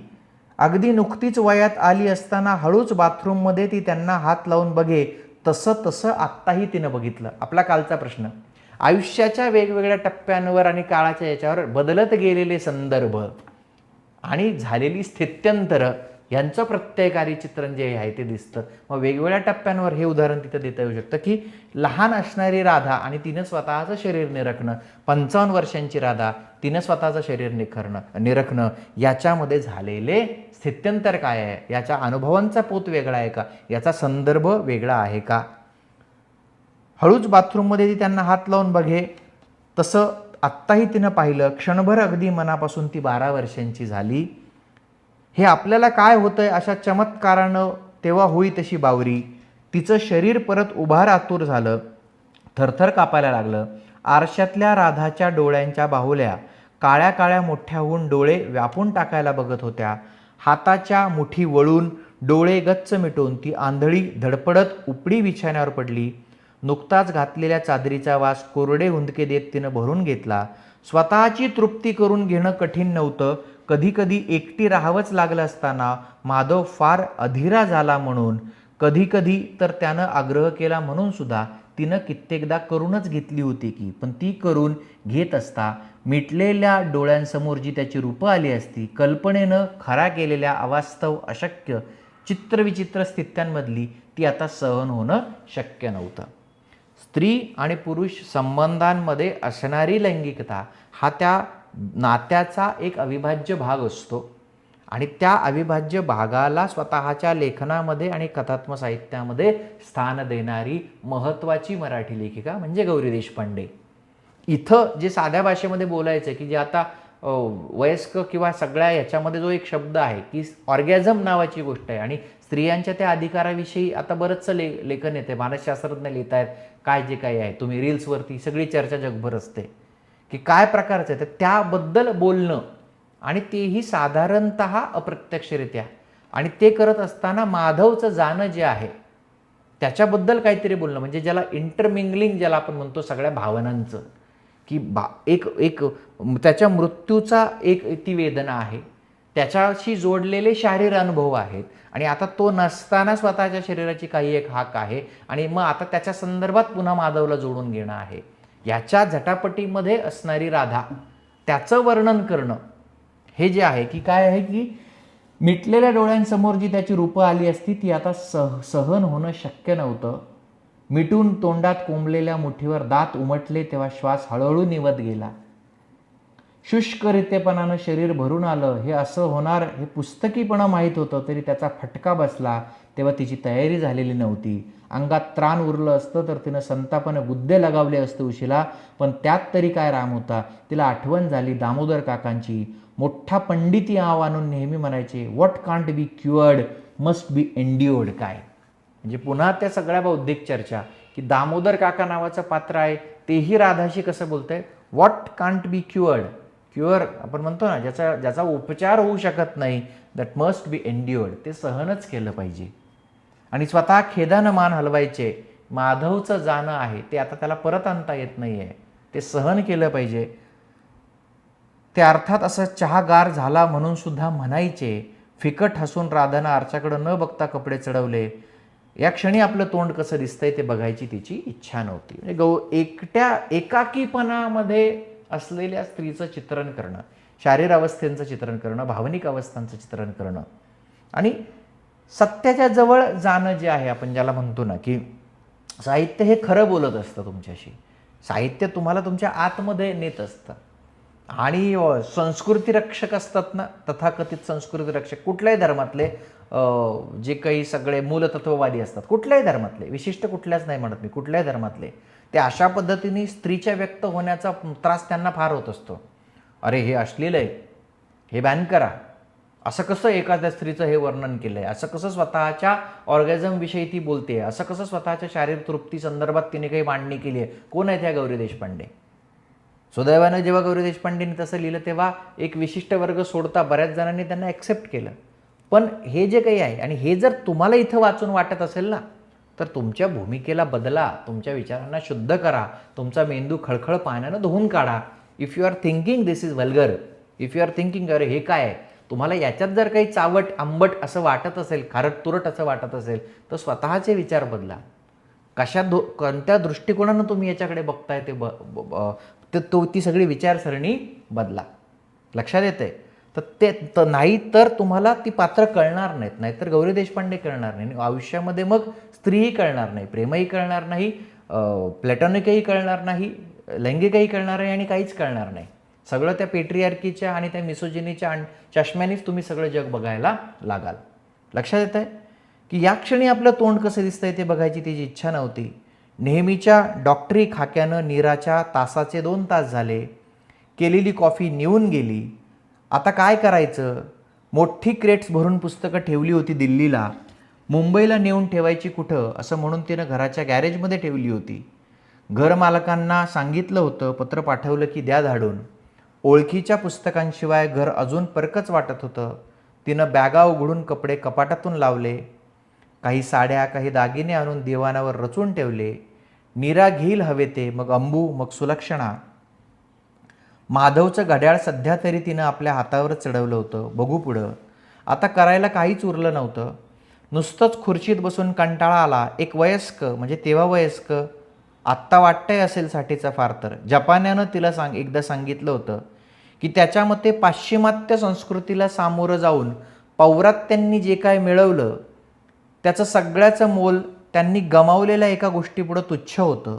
ते काय म्हणून विचारता अर्ध्या चष्म्यावरून मिश्किलपणे तो तिच्याकडे पाहत उत्तरला होता, आनंदानं काहीही न करण्याची कला. म्हणजे फक्त स्त्री पुरुष संबंधांच्या संबंधी गौरी देशपांडे बोलत आहेत का? फक्त काहीतरी त्या स्त्रीच्या दुय्यमत्वाविषयी गौरी देशपांडे बोलत आहेत का? नाही. जगण्याबद्दलही ते विधानं करतात आणि हे आपल्याला आपल्या उत्तरामध्ये मांडता यायला हवं. जसं आत्ता मी 2015चा प्रश्न वाचला की या लघु कादंबऱ्यांच्याद्वारे लेखिकेला आविष्कृत करता आलेल्या अनुभवांचे आणि जीवनदृष्टीचे वेगळेपण अधोरेखित करा. जीवनदृष्टीचे वेगळेपणही अधोरेखित करा. फक्त स्त्री पुरुष संबंध आहेत का? नाही.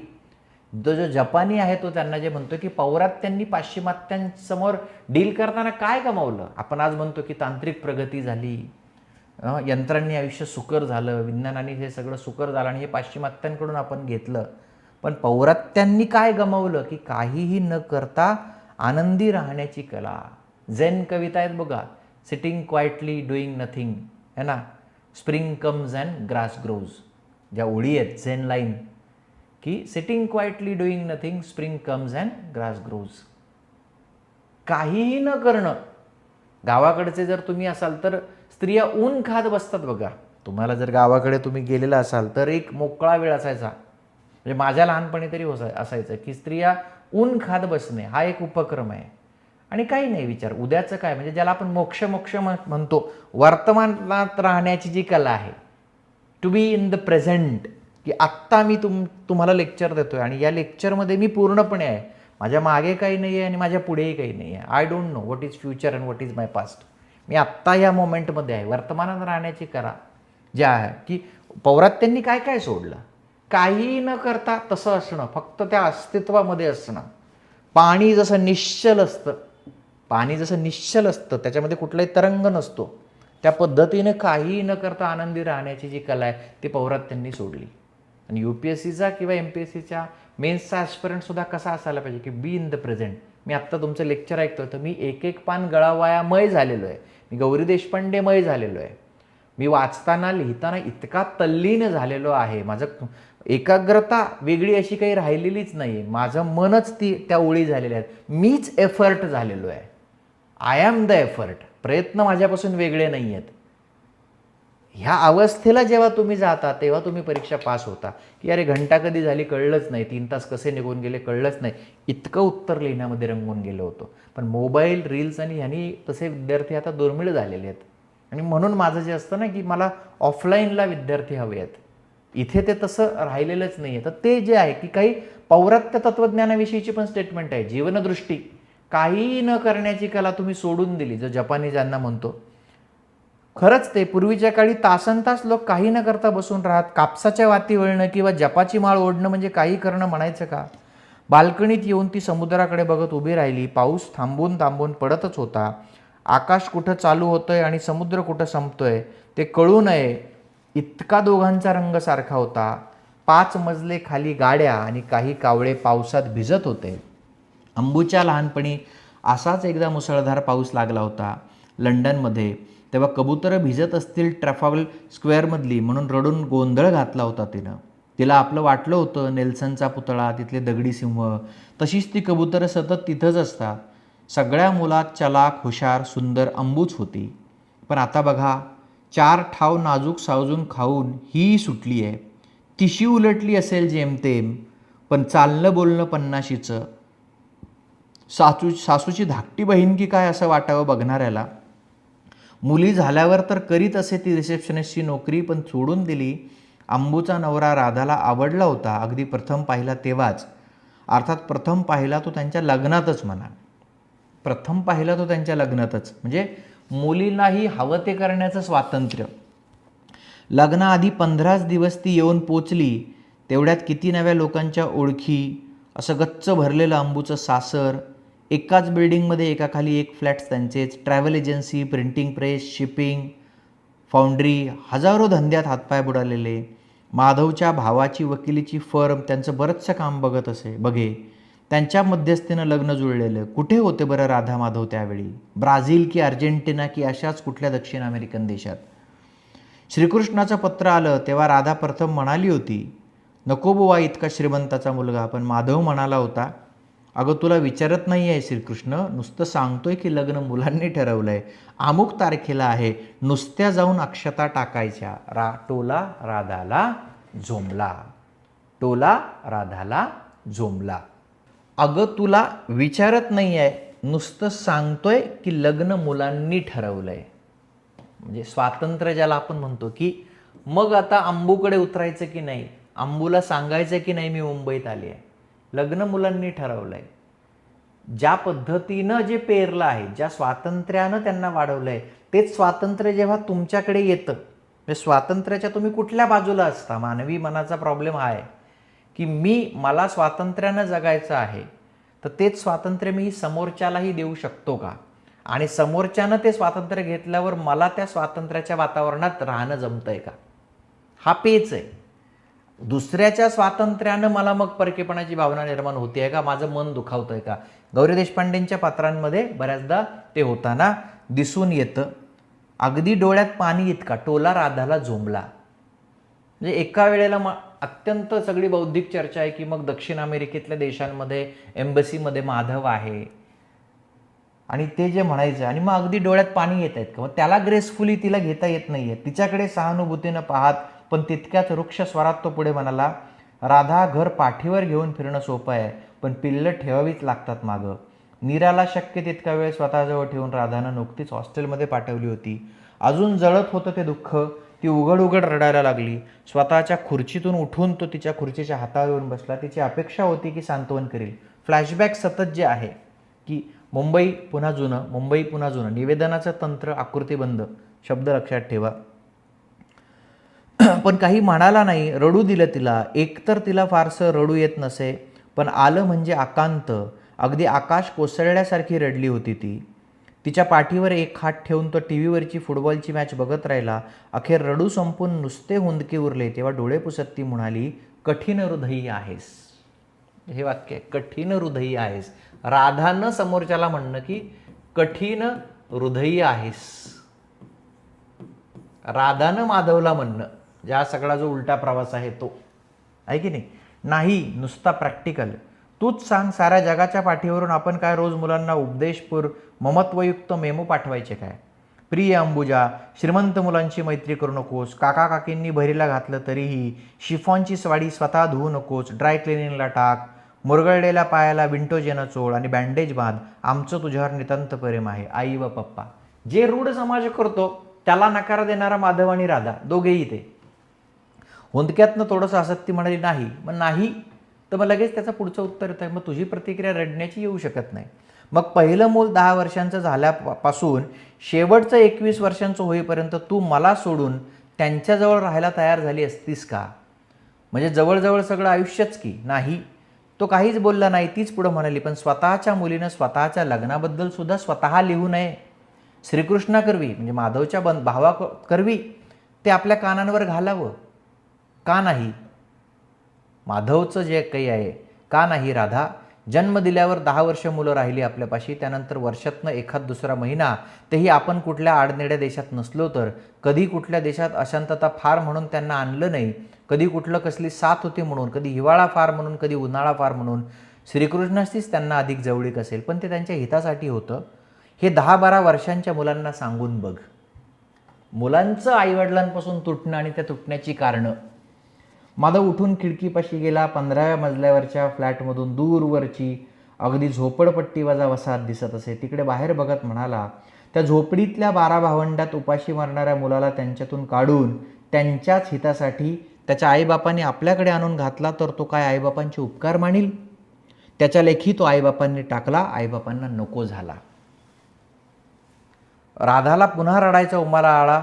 जरा सावरून तिने विचारलं, हे सगळं पहिल्यापासून समजावून ठेवलं आहे स्वतःला, तर मलाही का नाही समजावलंस? म्हणजे पुन्हा तो जो पेच आहे की अत्यंत तार्किक पद्धतीने जगायचं, बौद्धिक पद्धतीने सगळ्या चर्चा करायच्या, सगळ्या जगाला निरीक्षणाच्या भिंगाखाली आणायचं, आपल्या मतांना पटेल रुचेल असं वागायचं आणि सरती शेवटी स्वतःच्या मुलांविषयी जी आईची माया आहे त्यानं रडू येणं. आणि हेच मानवी जीवनाचं सत्य आहे की असंही करता येत नाही आहे आणि असंही करता येत नाही आहे, असं केलं तरी दुःख आहे आणि तसं केलं तरी दुःख आहे. ही जी जीवनदृष्टी आहे आणि या पेचाला पकडणं, या पेचाचं दर्शन वाचकांना करवून देणं, साहित्याचा हेतू काय आहे? दिस इज द कॉन्फ्लिक्ट. मुलांना आत्यंतिक स्वातंत्र्य दिलं की ती आपल्या प्रेमाला पारखी होतात आणि ती स्वतःचं आयुष्य जगायला लागतात. ह्याचाही मला प्रॉब्लेम आहे, याचाही मला त्रास होतो, याचाही मला ऊर फुटेस्तोवर मी रडते आहे. पण मग स्वतःचं स्वातंत्र्यही घालवायचं नाही की आपणही नवऱ्याबरोबर राहायचं आहे आणि त्यांच्यासाठी मग तिकडं आई म्हणून राहायचं नाही आहे. इथंही व्यक्ती स्वातंत्र्याचा संकोच करायचा नाही आहे. आणि या सगळ्या याच्यामध्ये जी काही भावनिक घुसमट होती आहे, तो संघर्ष आहे, तो गौरी देशपांडेंना तुम्हाला दाखवायचा आहे. त्याचं उत्तर काय आहे हे गौरी देशपांडे देत नाहीत. स्वातंत्र्य आणि सुरक्षितता आणि तो सगळा हळवेपणा ह्याचं काय होतं, त्यातनं कुठला पेच तयार होतो, हे तुमच्यासमोर उलगडवणं हे त्यांचं काम आहे. की त्याच्यामधून लिटरेचर हे काही असं एकाच एक गणिताचं उत्तर द्या त्याप्रमाणे उत्तर देत नाही. आयुष्याचे पेच प्रसंग तुमच्यासमोर साहित्य आणून ठेवतं, तुम्हाला तुमचं आयुष्य उघडं करून दाखवतं की हे तुम्ही आहात, हे माणूस पण आहे. म्हणून लिटरेचरशी डील करणं हे कधी कधी थ्रिलिंग आहे पण हॉन्टिंगही आहे, कारण आपण सत्याच्या जवळ जायला लागतो. आज मार्केट कॅपिटलिझम तुम्हाला सत्याच्या जवळ जाऊ देत नाही, रील्स तुम्हाला सत्याच्या जवळ जाऊ देत नाही. 2 गाण्या म्हणजे काहीतरी हुकवर डान्स स्टेप करून 30 सेकंदात खाली येणं, स्क्रोल करणं सत्याच्या जवळ जातच नाही. आपण आपलेच राहिलेले नाही आहोत तर आपण आयुष्याच्या जवळ काय जाणार आहोत? वाङ्मय. आणि म्हणून आता लोक म्हणतात ना, हल्ली तर आम्हाला पुस्तक वाचणं जमतच नाही, आमचं तेवढं कॉन्सन्ट्रेशन राहिलंच नाही, कारण तुम्ही आयुष्याच्या जवळच नाही आहात. म्हणजे वेब सिरीज बिंज करायला जमते 2 रात्री जागून, पण एक कादंबरी वाचायला जमत नाही. का? कारण कादंबरी ते तुम्हाला धरून तुम्हाला आत नेतं आणि आतला प्रवास नको आहे, प्रवास बाहेरचा करायचा. आपण बहिर्मुखी झालेलो आहोत, आपल्याला अंतर्मुखी व्हायचं नाही आहे पहिल्यापासून. नाही, शांत पाण्यात धोंडा टाकल्यावर स्वच्छ प्रतिबिंब वेडवाकडं होऊन जावं तसा त्याचा चेहरा एकदम खळकन तडकला. माधवी त्या पेचाच आहे. घट्ट आवळलेल्या दातातून म्हणाला, गणेश अंबुजाला प्रथमच प्रिन्सिपलच्या खोलीत आपण बाय बाय म्हटलं तेव्हा दारातून आपण मागं पाहिलं, एकमेकांचे हात धरून नुसती बघत होती दोघं आपल्याकडे. त्यांच्यासमोर रडायचं नाही म्हणून तू ओठ चावून रक्त काढत होतीस, घाईघाईनं गाडीकडे पळत निघालीस. मी परत जाऊन त्यांच्याजवळ बसून दोन्ही हात पुढे केले, आली नाहीत. अंबूनं पाय पुढं टाकला तर गणेशनंच गच्च धरला तिचा हात आणि म्हणाला, मी आहे ना, वळून मुकाट मागं आलो. म्हणजे म्हणूनच सुरुवातीला जे येतं की गणेश आणि अंबुजा सोबत असणं, गणेशच्या याच्यावर अंबुजाने त्याला पाठिंबा देणं, आकृतीबंध कसा निर्माण केलाय, कथनशैली कशी आहे, 2 पात्रांमधले सहसंबंध दाखवताना त्यांची जी बॅकस्टोरी आहे ती कशी आहे, कसं बसं खुर्चीतून उठून टेवल्याला अडखळत राधा कशी पोचली त्याच्यापर्यंत कोण जाणे. गावच्या टीमनं गोल केला असणार. टीव्हीवर टाळ्या शिट्ट्या फटाक्यांचा जल्लोष चालला होता. पुढे आठवड्याभरानं अंबू भेटली तोवर राधानं मनाची काय समजूत घालायची ती घातली. कार्याच्या निमित्तानं कधी नव्हे ती दोन्ही कुटुंबातली बरीचशी माणसं भेटली. श्रीकृष्ण, माधवचा दुसरा भाऊ, म्हणजे पुन्हा फ्लॅशबॅक, अंबूचं लग्न आणि ते सगळं, त्यांची मुलं, स्वतःची बहीण भाऊ, शिवाय अंबूच्या भावी घरातली माणसं, सासू सासरे, मुलांचे चुलते, मावश्या, मामा, आजी आणि कोण कोण. तिच्या वडिलांना ती तेव्हा भेटली ते शेवटचं या सगळ्या धामधुमीत, खरेदीत, भेटीगाठीत जावई तेवढा दोनदाच भेटला. मुलगा खरंच चांगला होता, हसरा. अंबू इतका धिटुकला नाही, पण बुजराही नाही. एकत्र कुटुंबात राहून आई बापांच्या, भाऊ भाऊजाईंच्या ताटाखालचं मांजर झाला असेल असं वाटलं होतं. पण वस्तुस्थितीत धाकटा म्हणून याचाच बडेजाव अधिक होता घरात. लग्नाच्या आदल्या रात्री काय ती अंबू एकटी वाटायला आली. उजवीकडे निजलेल्या नीराला गाढ झोप लागली ते बघून राधा म्हणाली, अंबू जागी आहेस का ग? हो. काय ग? आई आणि मुलीतला संवाद. छान आहे हो नवरा तुझा, आवडला मला. कितीतरी वर्षांनी अंबू कुशीत घुसली. अंधारात राधाला वाटलं लाजली आहे म्हणून, पण रडत होती. काय ग वेडे? अगं हसते आहेस का रडते आहेस? दोन्ही हुंदके देत. का ग बये? तुला पप्पांना आवडणार नाही म्हणून भ्यायले काकांकरवी कळवलं, रागवली नाहीस ना? राधाच्या डोळ्यांपुढं 8-15 दिवसांपूर्वीचा प्रसंग उभा राहिला. किती चटकन अंबूला दोष देऊन आगळीक केली तिची आपण. अगं न आवडण्यासारखं काय आहे? लाखात जावई आहे माझा. तुझ्या काकांच्या प्रतिभाचं लग्न झालंय म्हणून बरं, नाहीतर तिच्यासाठीच पटकावलं असता त्यांनी. अंबू हसली पण म्हणाली, तुमच्यासारखी इतकी शिकलेली कॉस्मोपॉलिटन वगैरे नाहीत ती माणसं आई. बिझनेस करणारी, पैसा जमवणारी. फरक हा एक रसस्वाद जो आहे याला संबंधित आलेला आहे बघा असाच, की तुमच्यासारखी इतकी शिकलेली कॉस्मोपॉलिटन वगैरे नाहीत ती माणसं आहे. कल्चरल डिफरन्स जो आहे, म्हणजे मुळात जे आपण सुरुवातीपासून म्हणतोय की गौरी देशपांडेंची प्रमुख पात्र, त्या प्रमुख पात्रांच्या जवळची पात्र, त्यांचं जे काही आहेत ते वडील असतील, त्यांचा नवरा असेल, त्यांची मुलं असतील, ह्यांच्यातली चर्चा ही सगळी एक बौद्धिक स्तरावरची चर्चा आहे. शिकलेली, वाचणारी, लिहिणारी, तात्विक सगळी चर्चा करणारी. आणि मग आता ते जक्स्टापोज करतात की अंबुजाचा नवरा बिझनेस करणारी, 4 चौघांसारखं पैसे कमावणारी. म्हणून राधाच्या तोंडावर आलं होतं म्हणावं, तू तरी काय शिकण्याचे दिवे लावलेस. पटकन थोडंसं राधा आणि अंबुजा 4 लोकांसारखं आई मुलीचा संवाद सुरू होतो की काय असं वाटायला लागलेलं असतानाच राधा मूळ स्वभावात परत येते की तू तरी काय शिकण्याचे दिवे लावलेस, हे तोंडात येणं राधाच्या. म्हणजे मुलीने आपल्याला का निरोप दिला नाही म्हणून वाईट वाटलेली आणि वेदना झालेली राधा, आणि स्वतःच्या कुशीत मुलगी जेव्हा येते तेव्हा ही सत्य बोलणारी राधा किंवा सत्य ओठांवर आलेली राधा. म्हणजे ना आपला पैस निर्माण करणं आणि आपलं स्वत्व राखणं, परिस्थिती कुठली असली तरी. हळवेपणाची असू दे, नवऱ्याच्या मृत्यूची असू दे, आनंदाची असू दे, स्वत्व राखणं. पण जीव दातात धरून परतवलं, सूर बदलण्यासारखी म्हणाली, अंबुजा अगं माणसं बघायची, डिग्र्या नाहीत. शिवाय सगळीच शिक्षणाचा फडशा पाडायला लागली तर आमचं तरी कौतुक कोण करणार. अंबूचं समाधान झालं असावं, ती पुन्हा असली. राधाला मनात वाटून गेलं, इतका आपण बडेजाव केला की काय पुस्तकी शिक्षणाचा. मग अशी सुरुवात करताना आजी मी म्हणालो की इतरांच्या आयुष्याचं निरीक्षण करायचंच, पण स्वतःच्याही आयुष्याचं निरीक्षण परत परत करत राहायचं. हे जे वाक्य मी वारंवार बोलतोय ना, ही उत्तरांसाठीची वाक्य आहेत, ही लिहून घेतली पाहिजेत. इतरांच्या आयुष्याला निरीक्षणाचं भिंग लावायचं आणि स्वतःचे, की अंबुजाने एक वाक्य उच्चारलं की तुमच्यासारखी ती शिकली सवरलेली नाहीत. मग इथं पुन्हा ते म्हणायचं की इतका काय आपण बडेजाव केला काय पुस्तकी शिक्षणाचा. 3-4 भाषा बोलता वाचता येण्याचा, वर्तमानपत्रात 4 लेख लिहिण्या येण्याचा, आणि मुलांनी खूप शिकावं ही इच्छा मनात कुठेतरी बाळगून असणारच ना आपण. नाहीतर BA सुद्धा न होता अंबूनं लग्न जमवलं म्हटल्यावर सूक्ष्म तुच्छता वाटलीच की तिच्याबद्दल. सूक्ष्म तुच्छता, मुलीबद्दल तुच्छता. कारण एक बौद्धिक स्तर सतत जो काही आहे तो राखलेला आहे. नीरजाकडे मनाचा ओढा अधिक, ते ती धाकटी म्हणून की ती डॉक्टर होणार म्हणते म्हणून. हा कळीचा प्रश्न आहे. नीरजाकडे मनाचा ओढा अधिक, ते ती धाकटी म्हणून की ती डॉक्टर होणार म्हणते म्हणून. हा कळीचा प्रश्न आहे. स्वतःला निरीक्षणाच्या विंगाखाली घेणं. नीरजाकडे मनाचा ओढा अधिक, ते ती धाकटी म्हणून की ती डॉक्टर होणार म्हणून. स्वतःच्या जगण्याच्या पद्धतीला अनुसरून वर्णन करणारी नीरजा ही जवळची वाटते की ती धाकटी म्हणून जवळची वाटते, ह्याचा विचार करणारी राधा आणि याची चिकित्सा करणारी राधा. मग जरासं घुटमळून राधानं परत विचारलं, काय ग अंबू, तुला माहिती आहे ना सगळं, म्हणजे बर्थ कंट्रोल वगैरे. पुन्हा अत्यंत तार्किक संवाद. अंबू तोंड लपवीत म्हणाली, ते डिपार्टमेंट सगळं प्रवीणसह आई. अंबू ही एक साधारण स्त्री आहे, साधारण, राधाच्या तुलनेत तर अतिसाधारण. आता मात्र राधाला खरा धक्का बसला. तो बोलून न दाखवणं तिला शक्यच नव्हतं. अंबू 20वं शतक अर्ध उलटून गेलं, त्यालाही एक तप लोटलं. 20वं शतक अर्ध उलटून गेलं म्हणजे 1950. एक तप लोटलं म्हणजे पुन्हा 12 वर्ष, म्हणजे 1960 1970. अगदी इतकं शिकलेली नसलीस तरी अडाणी नाहीस ना. 20 वर्षांपूर्वी माझं लग्न झालं तेव्हा सुद्धा इतकं मूर्खासारखं उत्तर दिलं नसतं मी माझ्या आईला. पुन्हा राधाचं ते एक वर्तन जे आहे ना तार्किकतेचं, अंबू सटकन दूर झाली.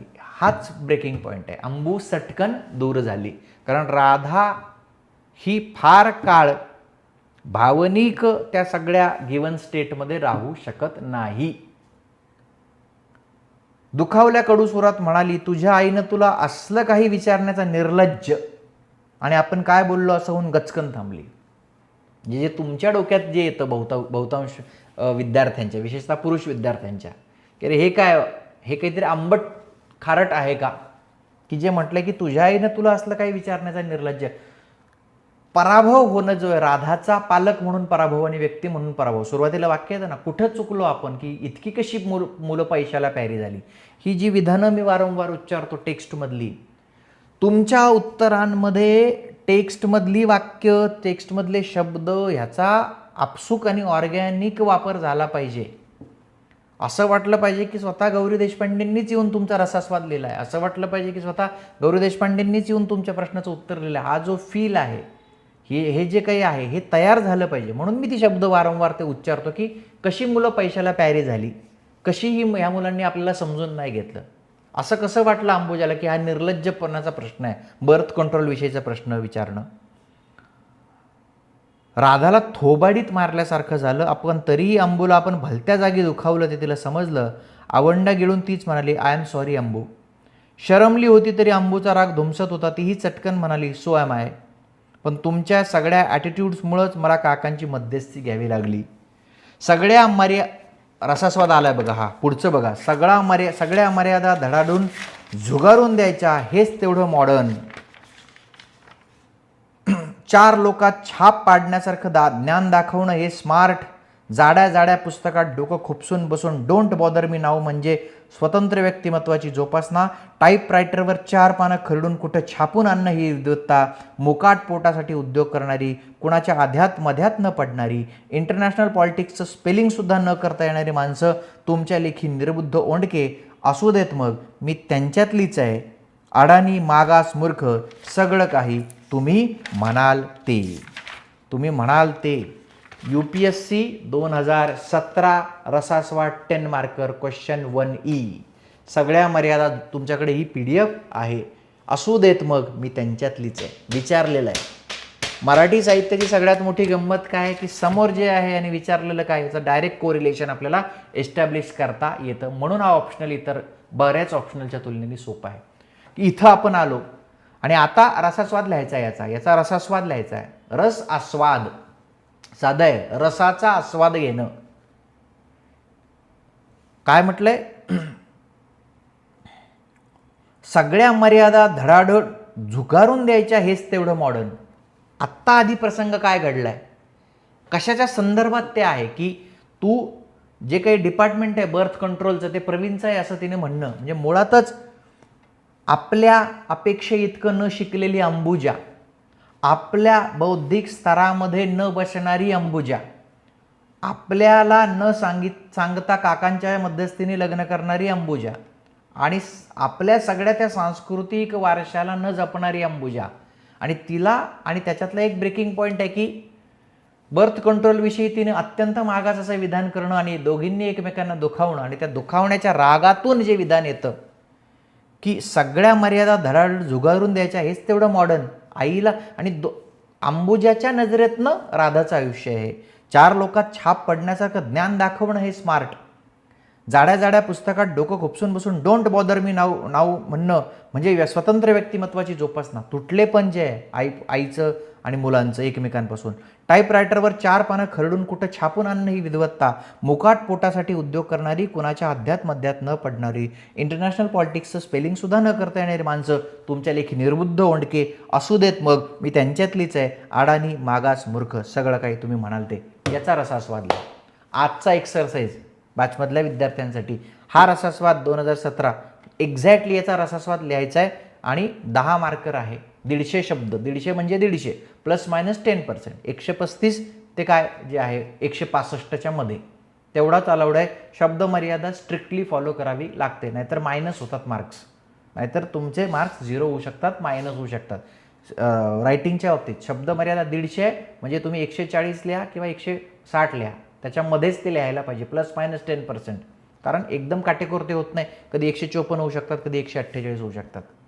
आणि मग आता लिहून दाखवा, हा पहिला एक्सरसाइज. मग मी ते चेक करेन उद्या आणि मग आपण बोलू की रसास्वाद काय असतो. आत्ता फक्त या ओळींनी तुम्हाला काय प्रतीत होतं, कसं तुम्ही रसास्वादाची सुरुवात करता. असं प्लेन लिहायचं नाही की गौरी देशपांडे यांच्या एक एक पान गळावाया या लघु कादंबरीमध्ये अंबुजाने हे वाक्य राधाला उद्देशून वापरलंय. हे तुम्ही लिटररी सेन्समध्ये कसं लिहिता, काय सांगता, काय सांगता की राधाचं सगळं व्यक्तिमत्व आणि त्या व्यक्तिमत्वाला, राधाच्या तार्किकतेला न साजेसं वागलेली अंबुजा, राधाच्या एकंदरीत सगळ्या जीवनशैलीबद्दल एका वादाच्या प्रसंगामध्ये किंवा त्या सगळ्या त्या नाजूक प्रसंगामध्ये हे विधान करून जाते. आणि मग त्या विधानाचे मग त्याच्यात शब्द कसे वापरले, त्याचा आशय काय आहे, ओव्हरऑल शेवट करताना त्या टेक्स्टचा आशय काय आहे, हे आपल्याला ते सगळं सांगता येईल. फक्त ते लिहा, मग आपण चेक करताना आणि ते सगळं करताना बोलूया. आणखी काय म्हणणार होती ते हुंदक्यांच्या पुरात वाहून गेलं, राधाला ब्रह्मांड आठवलं, मनानं टाहो फोडला, माधव खरं रे तू म्हणालास ते सगळं खरं, पण हे आपलं मूल आहे, ही जाणीव सगळ्यातून तग धरून धडपडत कुवर आली आणि काही विचार न करता, उत्तर द्यायचा खटाटोप न करता तिनं अंबूला जवळ धरून परत म्हटलं, I am sorry darling, I am sorry. रसास्वादामध्ये त्या वाक्याच्या वर काय आहे पुस्तकात आणि त्या वाक्याच्या खाली काय आहे. ब्रह्मांड आठवणं जे आहे, तू म्हणालास ते सगळं खरं माधव. हुंदके देत अंबू अखेर झोपीच गेली, राधा मात्र मनात म्हणत राहिली, सॉरी सॉरी. कशाबद्दल कोण जाणे, तुला जन्म दिला म्हणून, करायला हवा तितका स्वार्थत्याग केला नाही तुझ्यासाठी म्हणून, करायला हवा तितका स्वार्थत्याग आई म्हणून केला नाही म्हणून, जरा वेगळ्या तऱ्हेचं आयुष्य कल्पना ध्येय तुझ्यासमोर ठेवायला पाहिली म्हणून, माझ्या नवऱ्यावर इतकं प्रेम करते म्हणून, सॉरी सॉरी. स्त्री म्हणून, जो आता आपल्या मुलाखतीतला गौरी देशपांडेंचा मुद्दा येतो की स्त्री म्हणून स्वतःच्या सुखासाठी, स्वतः निवड केलेल्या गोष्टींसाठी स्त्रीला त्याची किंमत द्यावी लागते. मग ती किंमत कोणत्या पातळ्यांवर असते की आपली मुलं आपल्यापासून तुटणं. स्त्री म्हणून मी जेव्हा लेखक व्हायचं ठरवते, स्त्री म्हणून मी वर्तमानपत्रांमध्ये लिहिते, स्त्री म्हणून मी पुस्तकांचा आस्वाद घ्यायचा ठरवते, स्त्री म्हणून मी माझ्या सहचार्य जे काही सगळं जीवन आहे पतीबरोबर राहण्याचं ठरवते त्याची प्रेमिका बनून, त्यावेळेला मुलं माझ्यापासून तुटतात का, त्यावेळेला मुलं माझ्यापासून, आणि ही किंमत मला द्यावी लागते का, माझ्या नवऱ्यावर इतकं प्रेम करते म्हणून, सॉरी सॉरी. जरा वेगळ्या तऱ्हेचं आयुष्य कल्पना ध्येय तुझ्यासमोर ठेवले म्हणून, आणि सगळ्यात महत्त्वाचं, करायला हवा तितका स्वार्थत्याग केला नाही तुझ्यासाठी म्हणून. स्त्री ही काय क्षणाची पत्नी आणि अनंत काळची माता झाली नाही म्हणून, तो स्वार्थत्याग मी केला नाही म्हणून, सॉरी. स्वत्व राखणं आणि पैस निर्माण करणं कोणत्याही परिस्थितीत असले तरी राधा ते करते का, राधा ते करते. अंबू तुटली तरी, गणेश तुटला तरी, आणि त्यांच्या तुटण्याची वेदना घेऊन एकाकीपणे जगावं लागलं तरी मी माझं स्वत्व राखणार, हाच गौरी देशपांडेंच्या लेखनाचा हेतू आहे. हे रसास्वादामध्ये मांडता येतंय का, हे तुम्हाला सांगता येतंय का.